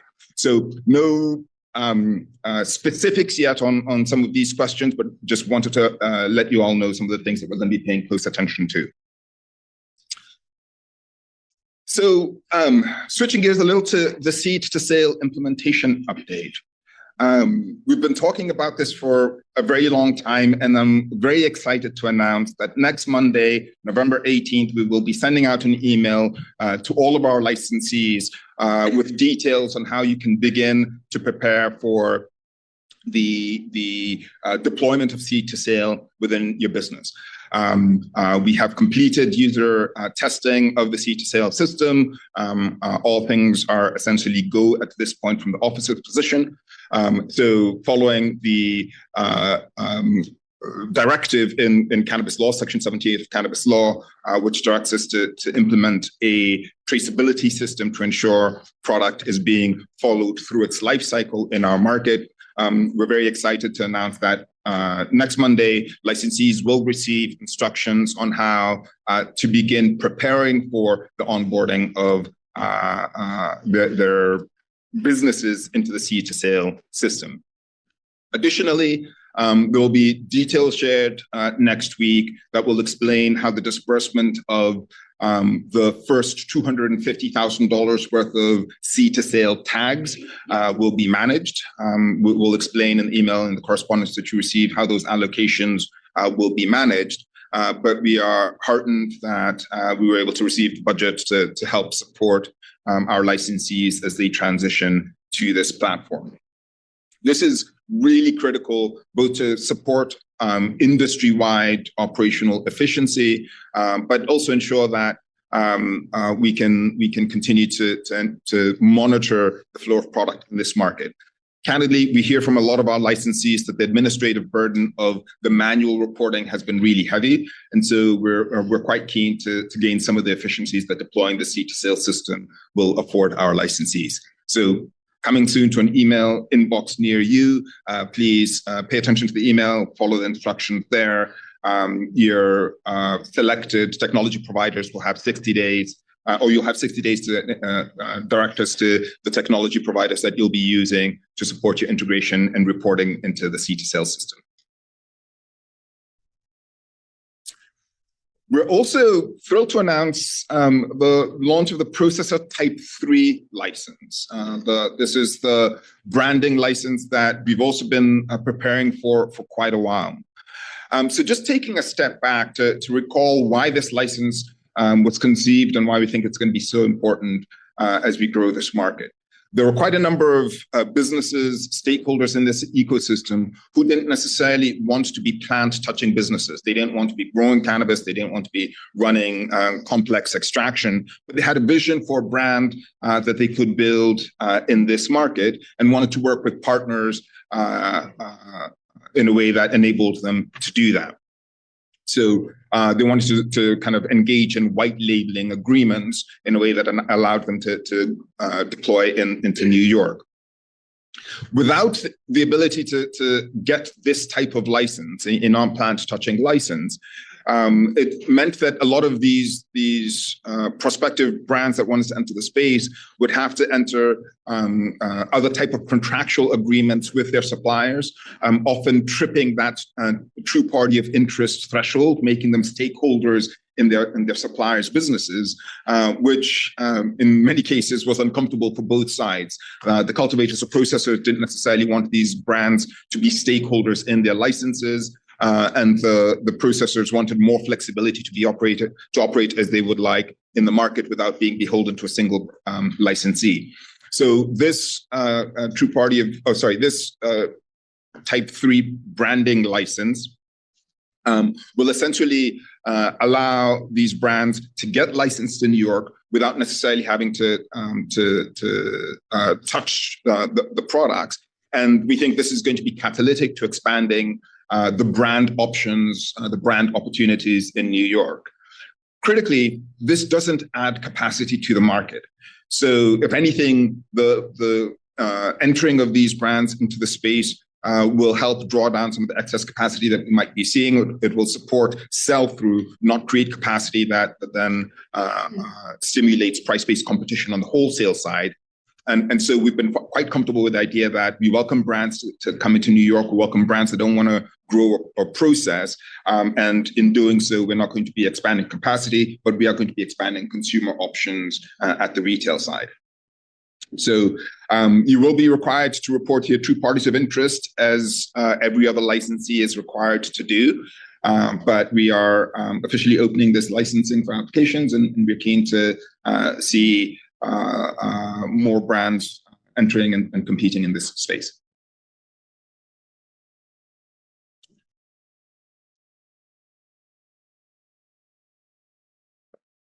So if no questions on that, a quick through.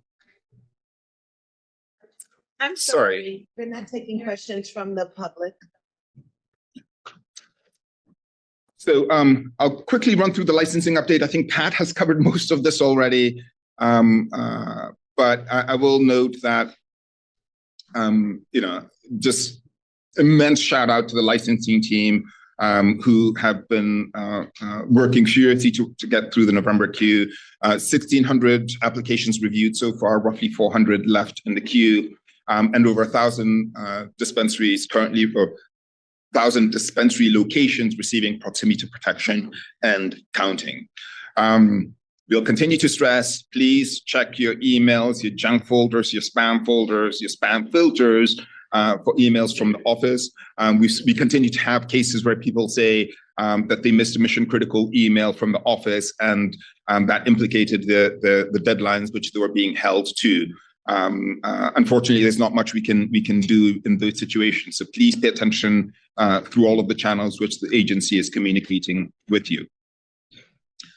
On the next slide, a quick overview of the continued growth and the diversity of our licensees. So as of this meeting and the board, the licenses that have just been awarded, we now have 217 CAURD licenses that have received the final authorizations.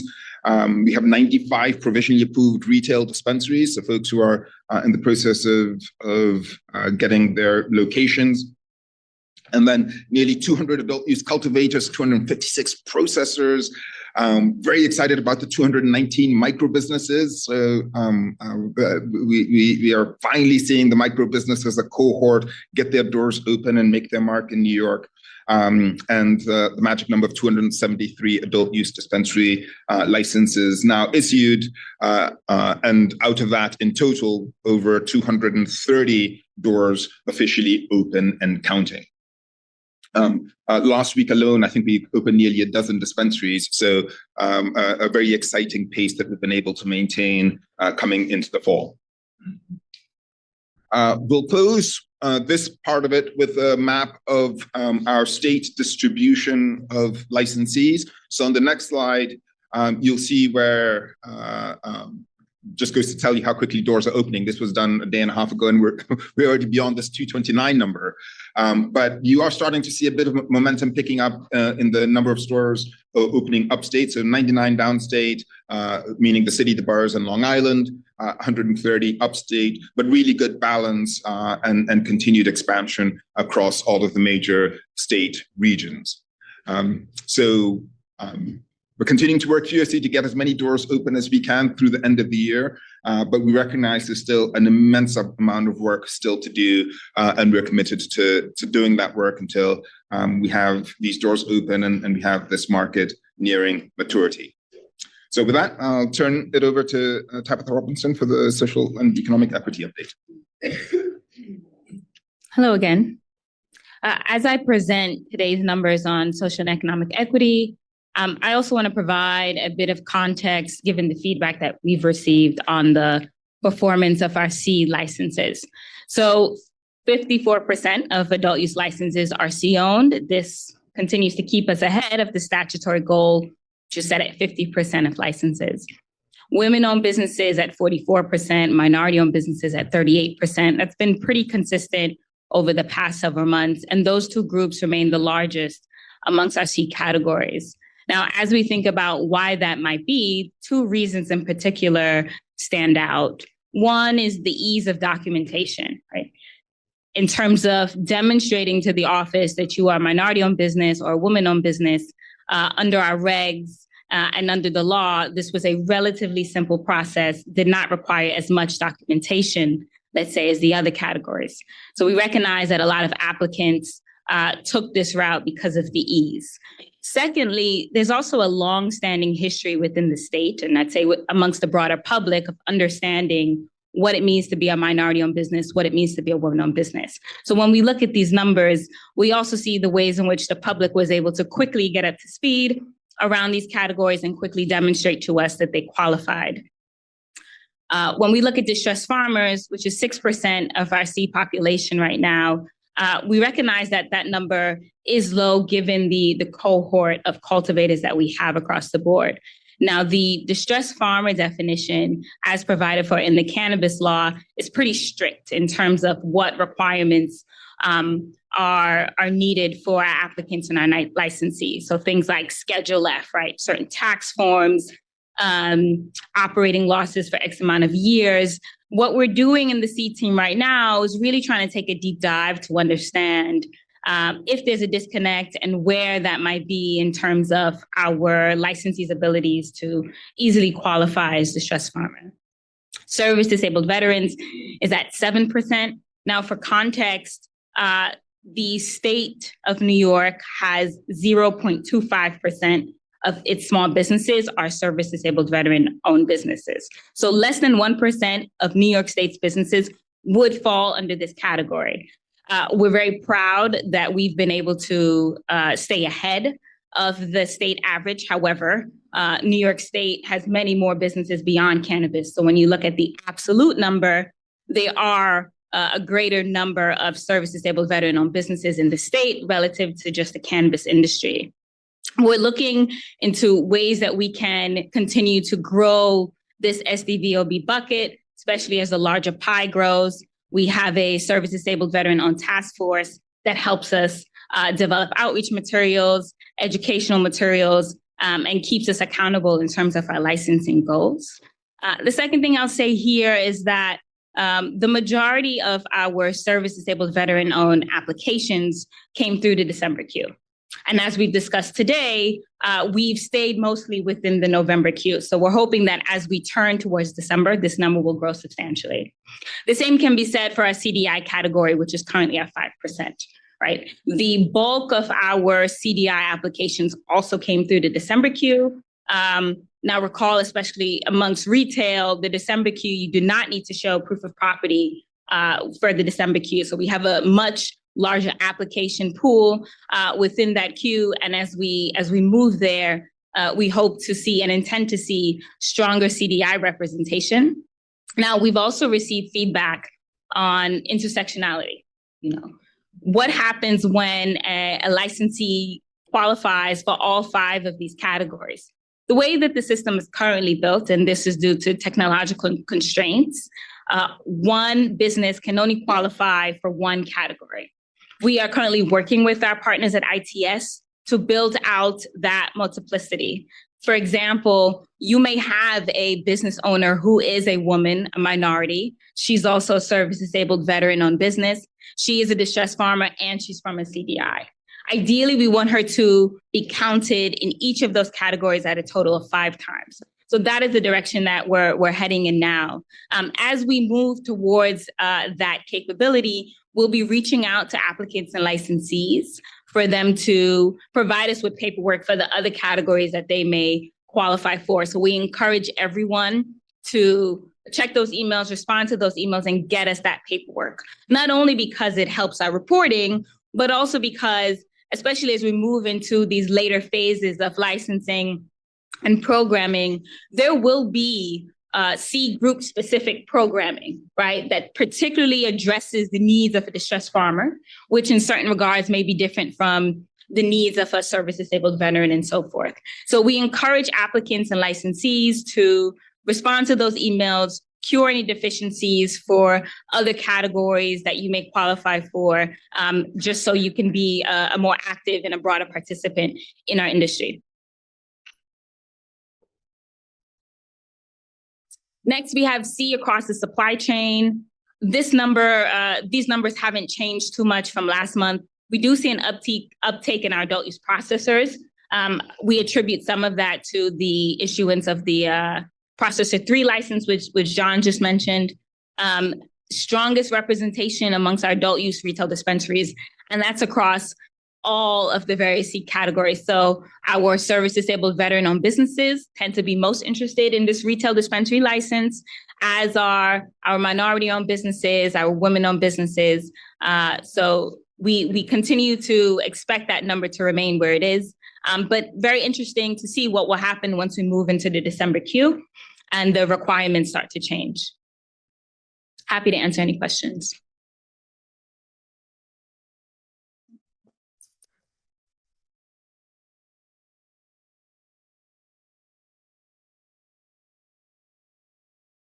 Matt. Over Matt Wilson? Yeah. Great. Good afternoon, everyone. If you could advance to the next slide, please. This is just a quick update on the Community Grants Reinvestment Program. Applications are still open, and we will be accepting them until December 13th at 5 p.m. Just a brief reminder that the lead applicant needs to be a 501c3 organization serving youth somewhere in the ages of 0 to 24 and addressing mental health, housing, or workforce development. We hosted a pre-application webinar on October 30th and had over 400 participants. A recording of that webinar is available in the resources section of the OCM reinvestment webpage. A QR link is here on the screen if you want to visit that page and find out more about the opportunity. We are also currently answering the questions that we received in the webinar and via email before the application question deadline, and we hope to get those posted to the RFA by November 22nd. That's it for this update. Happy to take any questions. If not, I yield back to the chair. Are there any questions or comments from the board regarding any of the presentations? Okay, so thank you, Pat, John, Tabitha, and Matt. And now we'll move on to our next order of business, where we will be providing members of the public an opportunity to address the board.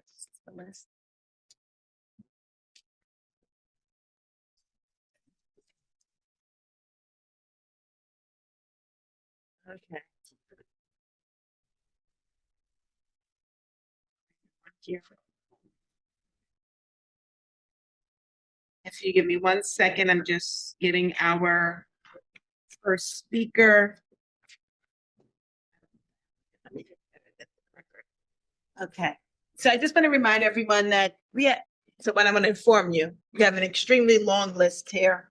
Everyone is limited to 2 minutes.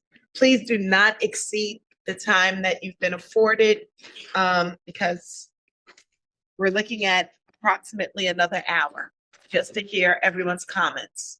So I'm going to ask you, if it's not too much of a burden, to please keep them brief. And just a note, if you've submitted comments electronically, they will be captured in today's meeting minutes and posted on our website. So with that, let's begin. Our first speaker is going to be out of Buffalo, Paul Steinbrucker. And Paul will be followed by Jeff Hoffman, then Adam Drake, who can come to this podium, I'm sorry, this mic over here, and please just wait. So to begin, Paul, please. I believe you're there in Buffalo. Yeah. Oh, there I am. There you are. Thank you. All set? Yes. Hi, my company is an indoor cultivation applicant whose queue is in the least and slowest licensed facet of this whole industry so far, the cultivation queue. We were required to have an executed lease to apply in December of 2023. After paying rent for a whole year on a 10,000 square foot facility and still not being under review, we are now farmers who are distressed by this enormous financial hardship this slow process has caused us. Today, you only approved 2 applicants for licensure that were actually on the December cultivation queue, not the 6 that you guys said. In the last 4 meetings, 120 days, only a total of 15 applicants that were actually on the December cultivation queue were licensed. In that same amount of time, you approved 163 licenses from the processor queue. Total approved today from the cultivation queue is only 39, which is only 14% of the queue. Total approved today from the processor queue is 256, which is 47% of the processor queue. We need the same attention, consideration, and speed as the processor queue. We don't want to slow them down, but we ask to speed us up. As well as, I would also like to ask that no applications be reviewed and licensed that didn't have a location requirement until all the applicants that were required to have a location be at least reviewed. So the type 3 processors should not be getting any kind of attention or any kind of review, as well as any non-lease required micros from the December before all of us lease requirers have been reviewed. It will most certainly take resources and time away from us and the attention that we need, and we should not be committed to this serious financial hardship. And that's all. Please, we ask you for your help. Thank you.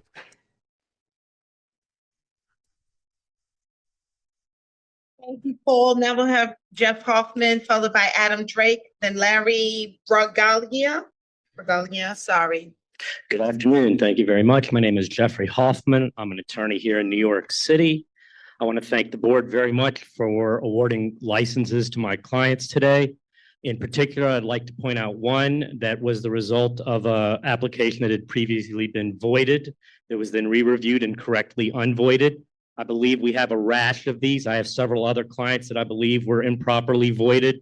I've also spoken with a number of other attorneys that also believe that they have applicants that were improperly voided. So we just want to have a really good process to review that and make sure that all the applications that should get through the process are getting through the process. As I've said at previous board meetings, we've got 2 very important bills that we want to turn into law in the next legislative session. One would require all medical professionals in the state of New York to take a CME, a continuing medical education class about the endocannabinoid system. The other would require the healthcare entities that are funded entirely by New York State to cover medical cannabis. You gave away some more medical license today. I think we really need to jumpstart the program. And I think both of those bills getting turned into law would definitely do that. Thank you very much for your time today. I think I'm also supposed to say I represent NICRA. Jason will be very happy about that. I also represent a nonprofit called the Cannabis Justice and Equity Initiative. Workforce development is the most important thing we can do. While there's going to be a few thousand licenses, there's going to be hundreds of thousands of jobs in the state, and we really have to focus on the workforce development efforts. The Cannabis Justice and Equity Initiative is doing that. I encourage folks to go onto the web and take a look at the program and see how we can get folks jobs from communities that were disproportionately impacted in the cannabis industry. That will truly be the success of what we're doing here. Thank you very much. Thank you. Adam Drake, followed by Larry B. Good afternoon. Thank you for your time. My name is Adam Drake. I'm a part of DTV Enterprises. Our journey has been a long one, to say the least. I received a CAURD license over a year and a half ago for Long Island, which turns out wasn't the best choice. But then I was able to lock down a building in Brooklyn. I asked the OCM to switch my geographical location and was denied. So then I reapplied in the November queue with site control, proof of property. Then the OCM allowed CAURD licensees to change regions. I was denied yet again. The reason for the denial is why I'm here today. Proximity protection was given to an applicant that no longer has anything to do with that location. They've never had site control. This proximity protection is blocking us out. We have provided evidence of this multiple times. We actually have a letter from the landlord dated May 16th, 2024, confirming that that relationship with the tenant was terminated. If we receive a response, it's very genetic with little guidance. This has been going on for over 7 months. And now on top of that, that applicant with proximity protection somehow got approved in September with the location that she doesn't have anything to do with. We have been respectful. We haven't bombarded with calls or emails, just a steady line of questioning that goes unanswered. My last email actually bounced back because my email was blocked by a member of the OCM. We know this is a difficult situation for everyone involved. We just feel invisible at the moment and we ask for help. Thank you for your time. Thank you.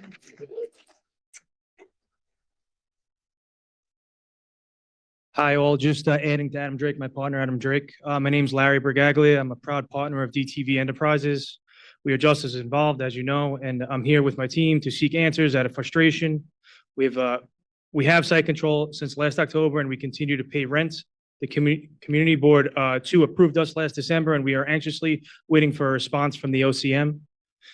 Our building is primed and ready for build out. Our families are invested with us and have been patiently waiting, knowing this was no easy task. But at this point, it's embarrassing. It has been an entire year. We are still waiting for answers from the OCM. I'm here today to peacefully ask the OCM to answer our emails and give us the clarity so we have direction. Thank you for this platform, and hopefully you'll provide us with a positive path. Thank you. Thank you. Joshua Ramuga, it looks like, I'm sorry, and Bob Ponce, followed by Rodney Theobald. So Joshua, Bob, then Rodney. How you doing, everyone? I'm Joshua Gramuga. I'm the third member of the DTV Enterprise. Thank you all for the board of everything you do and the opportunities that are in front of us. Our situation has gotten quite discouraging. We've invested a lot of money. We're currently paying rent on a property in Brooklyn, being buffed out with proximity protection, with a location that we've done research on that is not viable, apparently, from what we know. And we are just here to, ask for some more transparency. We have long trail of emails that we've given, and we're just really searching for a little bit of answers. I mean, if the problem happened to be something that would keep us out of the mix of things, we would pivot again. This is the world that we're in, and we are going to be involved in this business regardless. But it's not fun when you're just seeing money go out the door every month and getting no response. So we're just asking for some sort of clarification. Thank you. Thank you. Bob, followed by Rodney. It's been 246 days and counting since somebody from OCM occupied the position of Chief Equity Officer. Many of us are gratified that the investigation of Damian Fagan was resolved. And for the press who covered it, I have a word for you. It's called exoneration. You should use it. But that's not the issue. The question is why no interim equity officer was appointed over the last 8 months. And being as we're going to the end of the year, and it's not likely that that position is going to be resolved before 2025, I would urge that the OCM leadership look amongst their ranks and find somebody who they can appoint as interim executive officer to keep that momentum going. They can probably find somebody even in this room who could handle that position. Also interested in finding out where we are with the executive search for a permanent executive director. Interim director Felicia Reed should be applauded and commended for jumping into the hot seat and bringing her experience in state government to bear on the issues at hand. Going forward into 2025, as this market breaks into $1 billion legal market, New York State deserves executive leadership with extensive experience in the cannabis industry, a commitment, resources and contacts, and also a commitment to murder. Thank you. Thank you. Rodney Theobald, followed by Colleen Hughes and Adam Drake. Hi, good afternoon, everyone. Not Adam Drake. He's on twice. Good afternoon, everyone. My name is, sorry, no We worries. just call the next names so that they can follow. Colleen Hughes, followed by Mike Gregor. Sorry, sir. No Please worries. continue. Good afternoon, everyone. My name is Rodney Theobald. I'm here for Rodney Theobald. I'd just like to say thank you to the OCM for even letting me participate in this wonderful industry. You know, it's New York City, most diverse cannabis market in the whole United States, and I really appreciate it. I'm genuinely happy. Thank you. Good afternoon. My name is Colleen. I've been in the legal cannabis space in New York for just about 10 years and have been a staunch advocate for the MRTA and repairing the harms of the drug war. I'm also a technical assistance provider through my nonprofit organization. While I celebrate one of my clients getting their micro license today, I'm here with DTV Enterprises, who just spoke and who have been abused by this process, and their pleas for answers go ignored.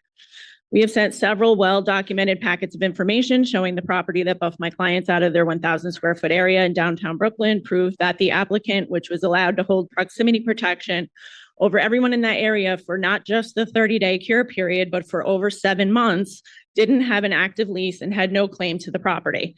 They and their attorney requested several reviews and determinations and have been ignored. I've pleaded with all manner of staffers who take our information and share it to the appropriate departments and still all go unanswered. Please communicate to the people you are tasked with helping.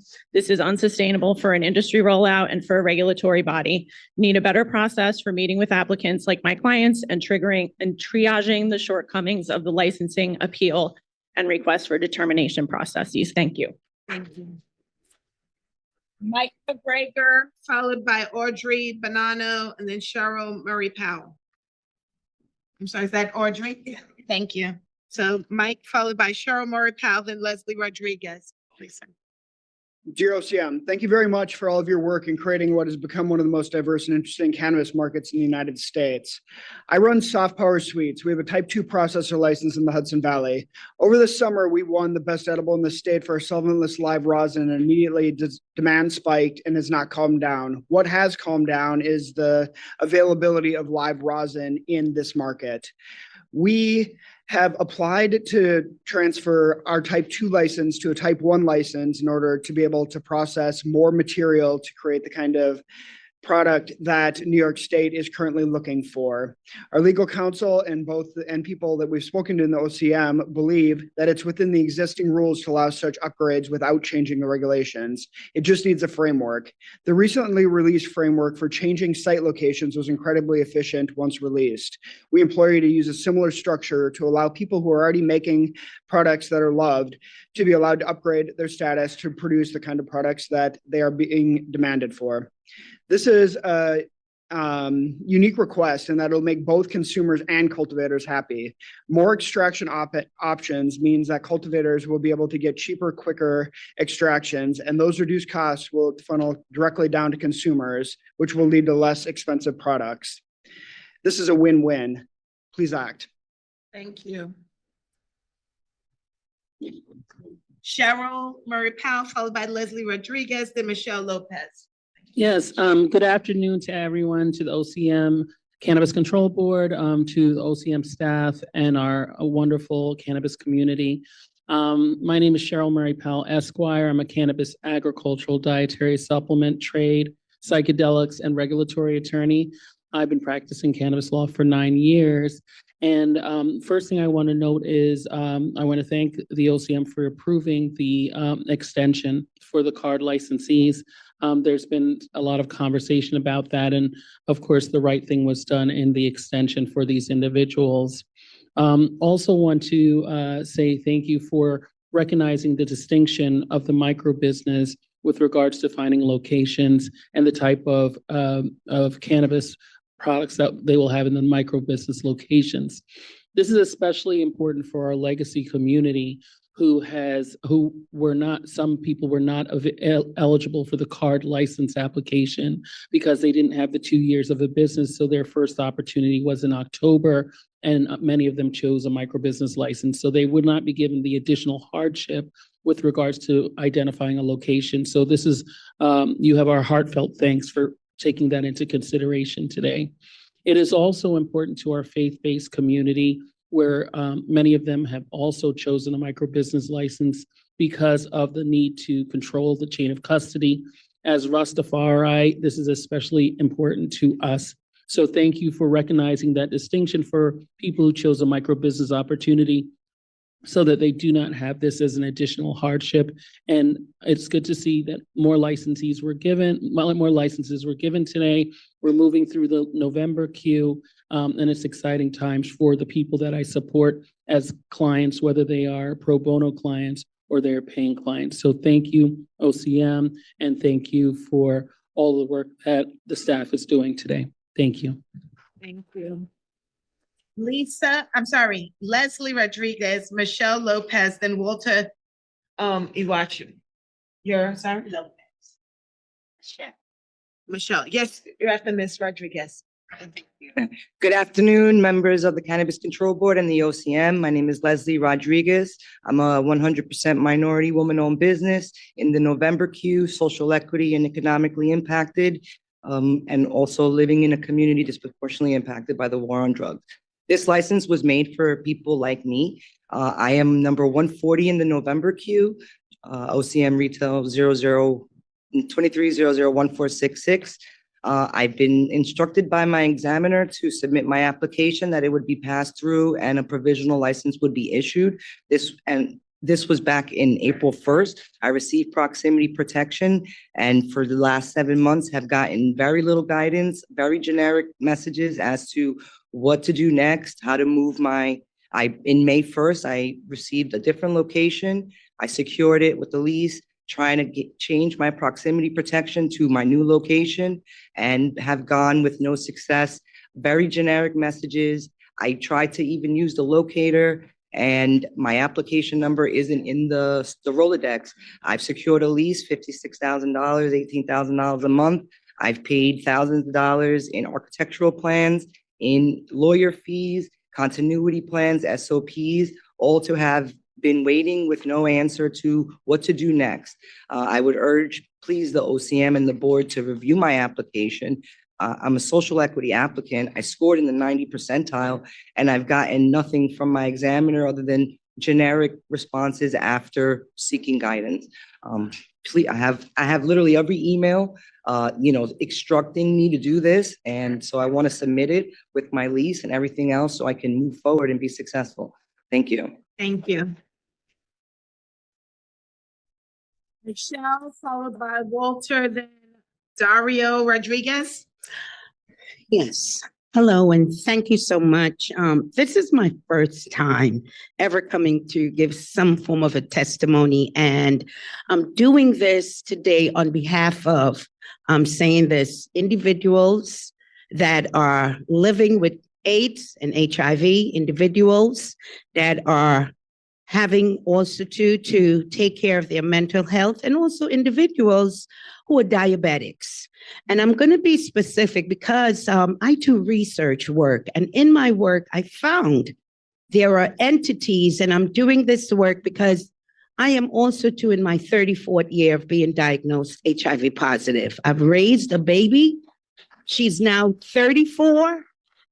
And I am out here looking. I'm part of committees that is part of the End the HIV Epidemic in New York. I'm not here representing anyone, but for those of us who don't feel as if we are safe to come and stand up and speak to OCM in reference to our need. As I said, I'm in my 34th year, and my research work is doing gaps analysis in the community to where we can find entities for those of us who are marginalized. I'm speaking about Black, brown, individuals within the LGBT community, individuals who are transgender, and as we know, these marginalized groups are severely being attacked now. I am looking at also to the licensing for medical entities that is trying to incorporate or implement us having access to cannabis in reference to, we have extended now, we have gotten an opportunity to extend our lives because of HIV medications. And I'm looking at where there are gaps in helping us. We are all suffering right now with an issue, peripheral neuropathy, and no one really has a clear idea on the devastation that is bringing into us. We don't have access to entities that can help us in this format. And we have looked at how the cannabis entity have made a difference in many of our lives alongside our issue now of this neuropathy, the AIDS Institute, CDC, Public Health Solutions, even the Office of Infectious Disease don't have a clear sense of what this complication is, part of the different comorbidities now that we are living with. And I can tell you, standing here, I'm 57 right now. And if I don't have my cane, my walkers, I'm not here with either of these equipments today because of some outcomes that I have experienced. My medical doctors now are speaking to researchers who was using cannabis to help us with some of these complications. I'm looking. Yes. We've already hit the time, so you only have 2 minutes to speak. But I am going to say, if you have a statement that you would like to submit, it will be incorporated into our comments. Thank you so much. You have to go to the next person. Thank you for listening. Hello, my name is Walter Ivacu from Wheat for Justice 3. I want to thank the board for the work they're doing.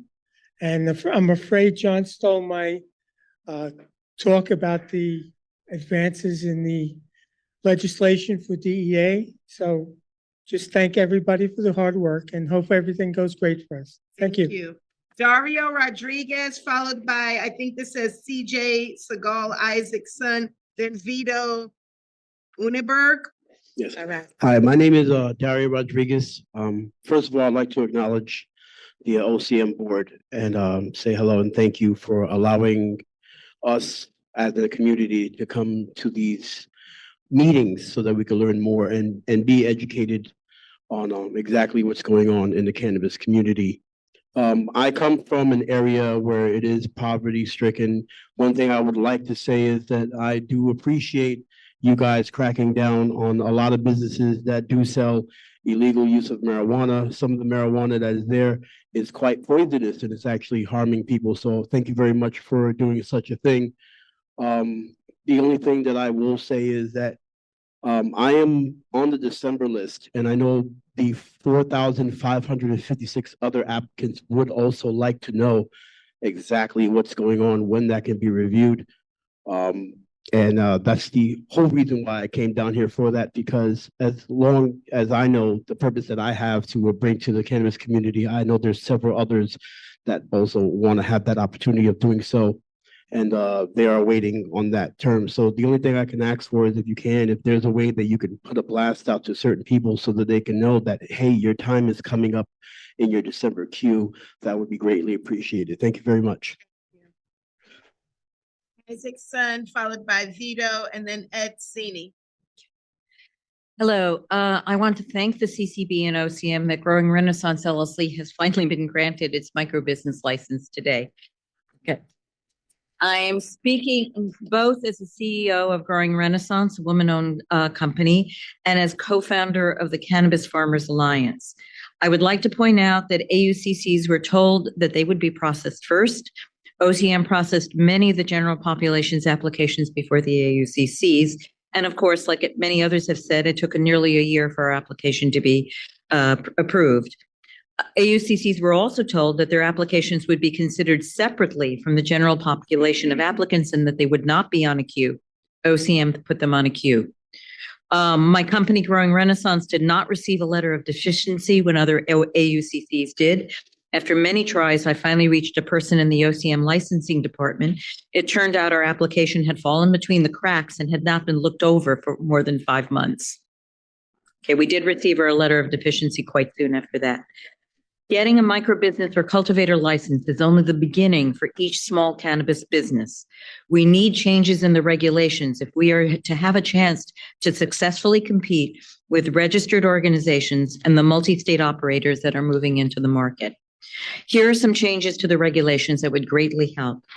Allow business dispensaries to carry other microbusiness and small cultivator products. The cost of packaging multiple brands is too much for a small business, but it is necessary to draw customers.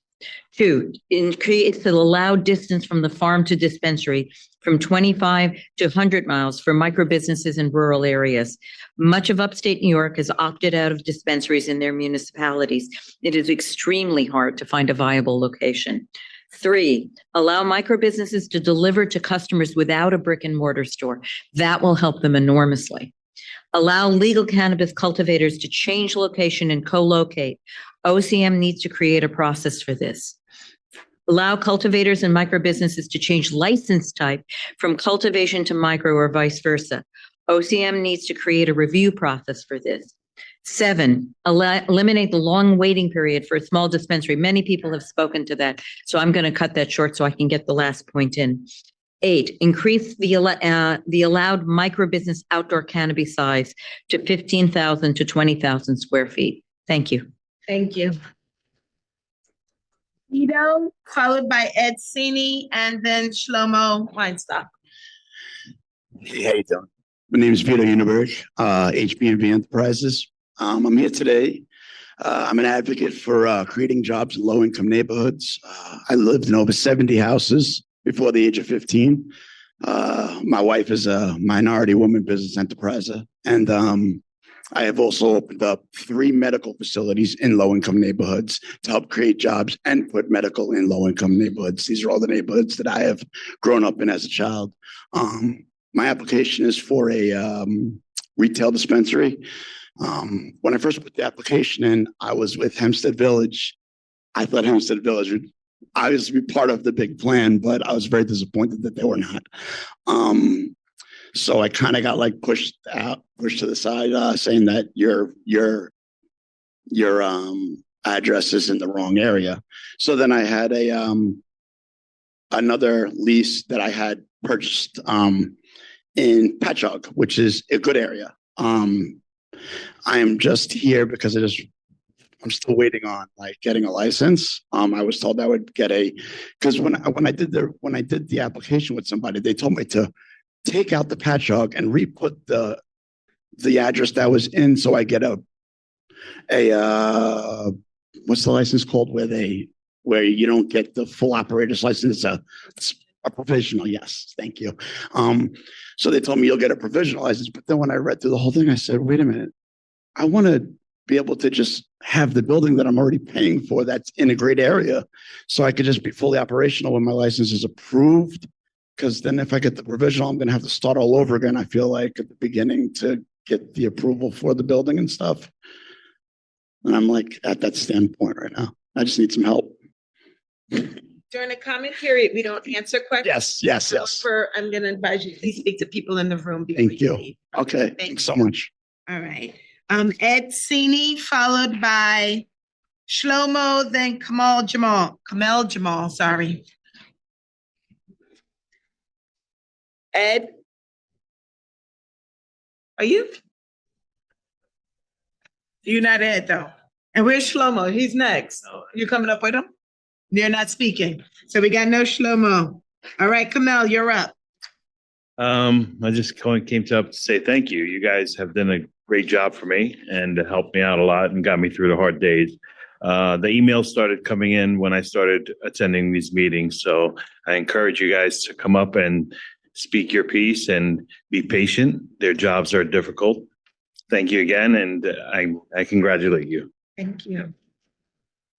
Now we have Orlando Bispo, Mar Fitzgerald, and Patnick Larara. I'm sorry if I'm messing it up. You're not?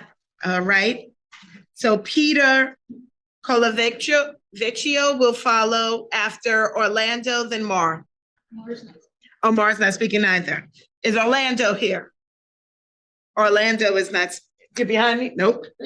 No Orlando. Peter. All right. So Peter, then Tosin, Ajayi, it looks like, and then Omari Eastman. I'll make it brief. Peter Colavecchio, I'm here on behalf of the station Beacon. I just want to thank you for granting our license today.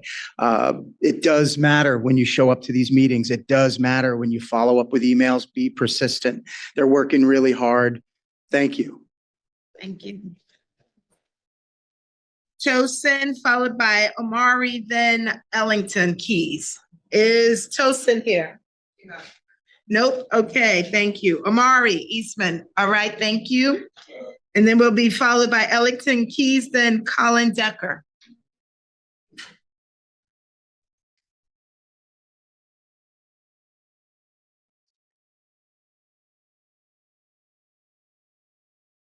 Hello, my name is Amari Eastman, former Marine. My business application is Micro 2023-000787. Where I'm at, basically like what he said, there's a lot of the spots shut down, like illicit smoke shops. I really appreciate that because they were selling a lot of garbage. But now there's just no weed where I'm at. And I'm from Brownsville. So I would like, for my application to be looked at, expedited, because we can't afford to do a lot of other stuff that people are doing, like pay for leases and pay for all that other stuff in order to wait. Like, we're low income people. So I appreciate it. Thank y'all for the work y'all doing. And goodbye. Thank you. Ellington Keys, followed by Colin Decker, then Tiffany Stoker. And if you can please get closer to the mic, every little bit helps us. Hello, my name is Ellington Keys. I have a lot to get off my chest, so if I go a little bit over, I apologize in advance. At the June OCM meeting, there was 131 retail licenses issued. Now there's 229. That's less than 20 licenses over the past 5 months. There are 4,500 applications in the December queue and 500 still left in the November queue. At this rate, it will take 20 years for the OCM to finish processing the applications in the 2 queues. I don't know if you realize you're pushing out social equity, small business, and minority owners through attrition. The inefficiencies of the OCM to issue licenses in a reasonable amount of time seems to be intentional, as I can't get any answers as to why it's taking so long.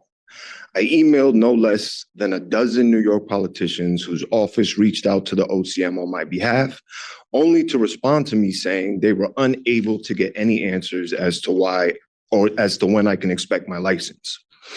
If 50 people process 1 application per day, that's 1,500 a month, 6,000 applications in 4 months, and both queues will be cleared.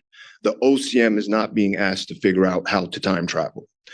The mental, emotional, and financial toll this has taken on me has forced me to go into therapy. I've been bankrupted by not being able to open my business. I haven't had a paycheck in 2 years since going down this rabbit hole of naivety, believing I could open a cannabis retail shop. thinking if I hire an attorney to submit my application, create a solid business plan, fly in leading cannabis consultants to flower hire from California to help with my business plan and ensure we are going about it the right way, put together a team of investors so I'm not undercapitalized, hire marketing firms to put together a marketing deck, architects and contractors to create our interior design, surely that would be sufficient and will be enough to get me a license by March, since we submitted our application in 2023. March came and went, and my investors began to question my business plan. I convinced them I'm going to every OCM, CCB, and CAB meeting. Please be patient. It's not possible. It could take longer than June. June came and went, and I had to return their funds. Financial people don't let money sit idle because they know if it's not making money, it's losing money. I'm a resilient person, so I don't let it get me down. I thought, what else can I do to strengthen my application and become even more prepared? I decided to enroll in the Cannabis Retail Specialist Program at BMCC, completed the program and received my certification, but still no license. It's gotten to I understand. I got a lot to get off my chest. I'm almost done. We have to ask you to submit it in writing so that it can be incorporated. When can I expect to get my license? Because I'm suffering mentally, emotionally, and financially. To please honor the rest of the people in the room by keeping it to the 2 minutes. Thank you. Thank you. Colin Decker, followed by Tiffany Stoker, and then Michael Ardebelli. Sorry. Number 140 in the December distribution queue. Good afternoon to the board. My name is Colin Decker. Many of you in this room know myself, my family, and my brand. I'm the owner and founder of the first legacy legal cannabis company here in New York State called 7 Seas Premium Cannabis. We're a family-owned Hudson Valley-based small business that currently services over 125 plus licensed dispensaries right now, with more being added weekly throughout the state of New York, and our products have grown to become top sellers in this space. 7 Seas has made New York State history multiple times, including when our products were the first legal cannabis products ever purchased in the state capital city of Albany, New York. A year ago, we applied for a distribution license, and we still have everything in place to begin operations today as a fully compliant distributor here in New York State. However, we have not had one single communication with the OCM or heard anything regarding our license. We contribute heavily to the market here in New York and have done so for years now, generating massive amounts of tax revenue through sales of 7 Seas products at the distribution and retail levels, and would like to know when we could start distributing our own products along with products made by other brands instead of having to utilize a third party to fulfill such needs. My family and many in the industry do not understand why a company like ours that has been heavily contributing to the market since day one, going back to when the MRTA was passed, still has yet to receive our license for distribution.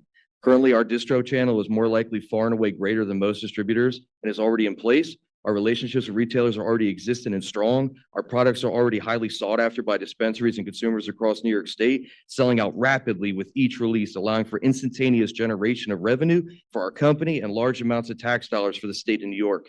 I was a licensed hemp farmer in New York since 2018, but the OCM did not transition my license to AUCC. Even though I personally grew acres and acres of hemp plants in the hot sun, spending day after day toiling in the fields, having grown for other families in this market in order to keep their farms alive. I have already had one opportunity taken away from me to have a license in this state. Please do not take another one away from my family. I've lost my father to cancer. I've lost my brother to cancer. I have what little family I have left. Please allow me to eat. Please allow my family to prosper, and let me provide for what little family I still have left. Thank you to the board. Thank you. Tiffany Stoker, followed by Michael Ardebelli, and then Sharon Dang. Is Tiffany here? No, Tiffany. Is Michael here? No, Michael. Sharon Dang, followed by Annette Fernandez. Good afternoon. I'm a licensed real estate broker here in New York State and the 51% owner of the seat applicant, and I guess the 400 applicants that are left in the November queue. And I'm still waiting for response. I spoke to you I think the first meeting was like back in March. And I know that I've explained my situation, that I was a victim of predatory action by the person that submitted my application. I get it, like maybe OCM doesn't do messy, but this is no excuse for me as the seat applicant and the 51% majority stakeholder of this entity get the runaround and have no access to my proper documents or the portal or any response from OCM. And I feel like, you know, if this is the case, like this, you know, I know that I'm here for the right reasons. That's what I wanted to voice. And I know that a lot of these licensees that have been awarded licenses have fallen into the wrong hands. I know firsthand as a real estate broker dealing with clients that had illegal smoke shops that were actually awarded licenses in this queue. Currently, I'm a real estate agent, as I had discussed earlier, and I have a broad background in social work. And my parents owned and operated a alcoholic AA and NA recovery house, and this is my wheelhouse. And my dream to open a cannabis retail store is a reason, for good reasons, to bring back to the community and not for economic gain. So I appreciate it, and I really hope to hear back from you soon. Thank you so much. Thank you. Annette, followed by David Fetter, then Janadi Plotite. Sorry, Mr. Hi, my name is Annette Fernandez. Good morning. I'm co-founder of High Exposure Agency and number 3559 in the December provisional queue, which seems to be dead. I will also shout out that at the beginning of this process, we called out that capital and real estate were going to be the #1 issue for folks from CDIs and social equity applicants that did not have access to capital and real estate. And here we are. We've spent $78 million of the social equity fund on 21 stores, which equals an average of $3.7 million for each build out. The amount of money that was spent is a travesty. The fact is that $150 million is still missing from the social equity fund, and I would like the Cannabis Control Board to continue to look into this because that fund that was promised to us has never materialized. This fund obviously was to fund 150 CAURD stores that have already come into existence, but however, we still don't have this money, and I would encourage those that borrowed money from the fund to not pay it. Because at the end of the day, the state is on the hook for it. If you read the details, $1.2 million went to Chris Weber and Levetta and their associates. That is a travesty. All skin folk ain't kinfolk. We have to remember to stay on point with social equity and CDI, and that fact that the December queue is dead will completely impact those social equity numbers that we continue to slice and dice, but somehow Black men, brown women, Black men, brown women seem to be missing from those statistics. And I'm talking about the folks that were disproportionately impacted, like in communities from like Washington Heights, which just received their first 2 dispensaries 2 years into this program. I would also like to ask that we follow up on the $50 million that registered operators are supposed to contribute to this market. Where is that money? Except that now they're getting a layaway program. I'd like a layaway program too for all of our fees. Thank you. Thank you. David Fetter, Janandi Plotite, and Danny Kogan. Hi, David Fader, founder of Weed Law. I've been a cannabis attorney for over a decade in New York and founded one of the first registered organizations in New York. Unfortunately, we got a story. 791 days ago, our company, EPMNY, submitted a FOIL request to the OCM requesting to seek transparency around the New York cannabis license transfer. Today, we're still waiting. Our request is simple. We're asking for public records to clarify the circumstances around what we believe was an unapproved transfer of this license from New York Canna, a local business, to an international corporation, Acreage, which is now being transferred to Canopy. New York's Freedom of Information law requires timely responses. Agencies have 5 days to respond to respond to requests and an additional 20 days if more time is needed. Despite filing appeals in April of 2023, we've received no substantive responses, no clarity, no transparency, no responses. In 2016, New York Canna earned its license on merit, and it was merged out of existence without notice to the Department of Health, without our consent, and without the necessary approvals. This lack of transparency has enabled large out-of-state corporations to profit from a system meant to support New Yorkers, especially those affected by the past cannabis enforcement. This is not just about our company, EPMMNY. It's about the integrity of New York's cannabis industry and its commitment to equity. If we allow corporations to bypass regulations, we set a dangerous precedent that risks hurting local businesses and betrays the foundation of this entire program. I helped draft the MRTA. I know what it's about. We respect the work that the OCM has done to build a fair industry, but we're concerned that overlooking these FOIL requests favors international corporations over the local New York businesses this program was created to support.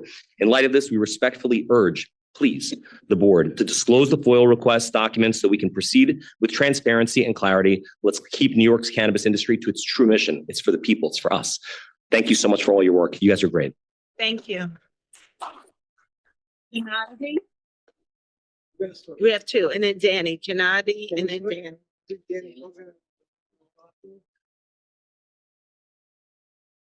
Okay. These are the last two. Please, they're 2 minutes. Come, please. Okay. We're under time constraints. The meeting is running really late. Good afternoon, OCM board members. Okay. On October 2023, I applied for a retail dispensary and a micro license. I did not know you're not supposed to do that. November 30th, 2023, after 12:37, I called OCM to request a ownership correcting and a name change. I spoke to the program specialist and change it to Gennady Palati, Housestone. Today, OCM saying that it was withdrawn. The program specialist told us it was taken care of, and that's the situation that we had. So we don't know what to do.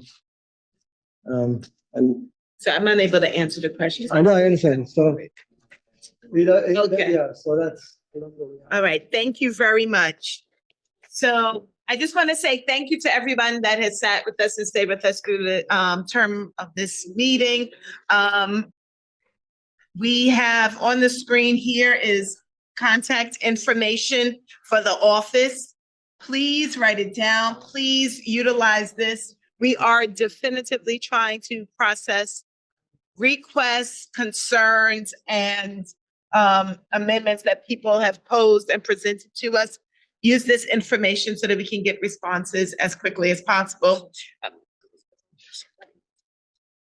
There it is. We're done. I'm sorry. Please put it in writing and submit it to the office, because at this point, we're not going to be able to go back. There is someone else that's coming to utilize this room. So I'm very sorry for the oversight. However, we're just going to ask you to submit your written comment. And I'm going to say thank you to everybody that's participated. Please note the time and location. And the live stream link is always shared on cannabis.ny.gov in advance of our Cannabis Control Board meetings. A recording of today's meeting along with our minutes will be posted. And that concludes our business for today. May I please have a motion to adjourn this meeting? So moved. Is Crystal, please second, Crystal? Second. All right. So I'm going to say, there are probably no questions and or comments. Hearing none, I will call for the vote. All in favor to adjourn, aye. Aye. Thank you. I haven't had it from the office there, from our extended members. Thank you very much.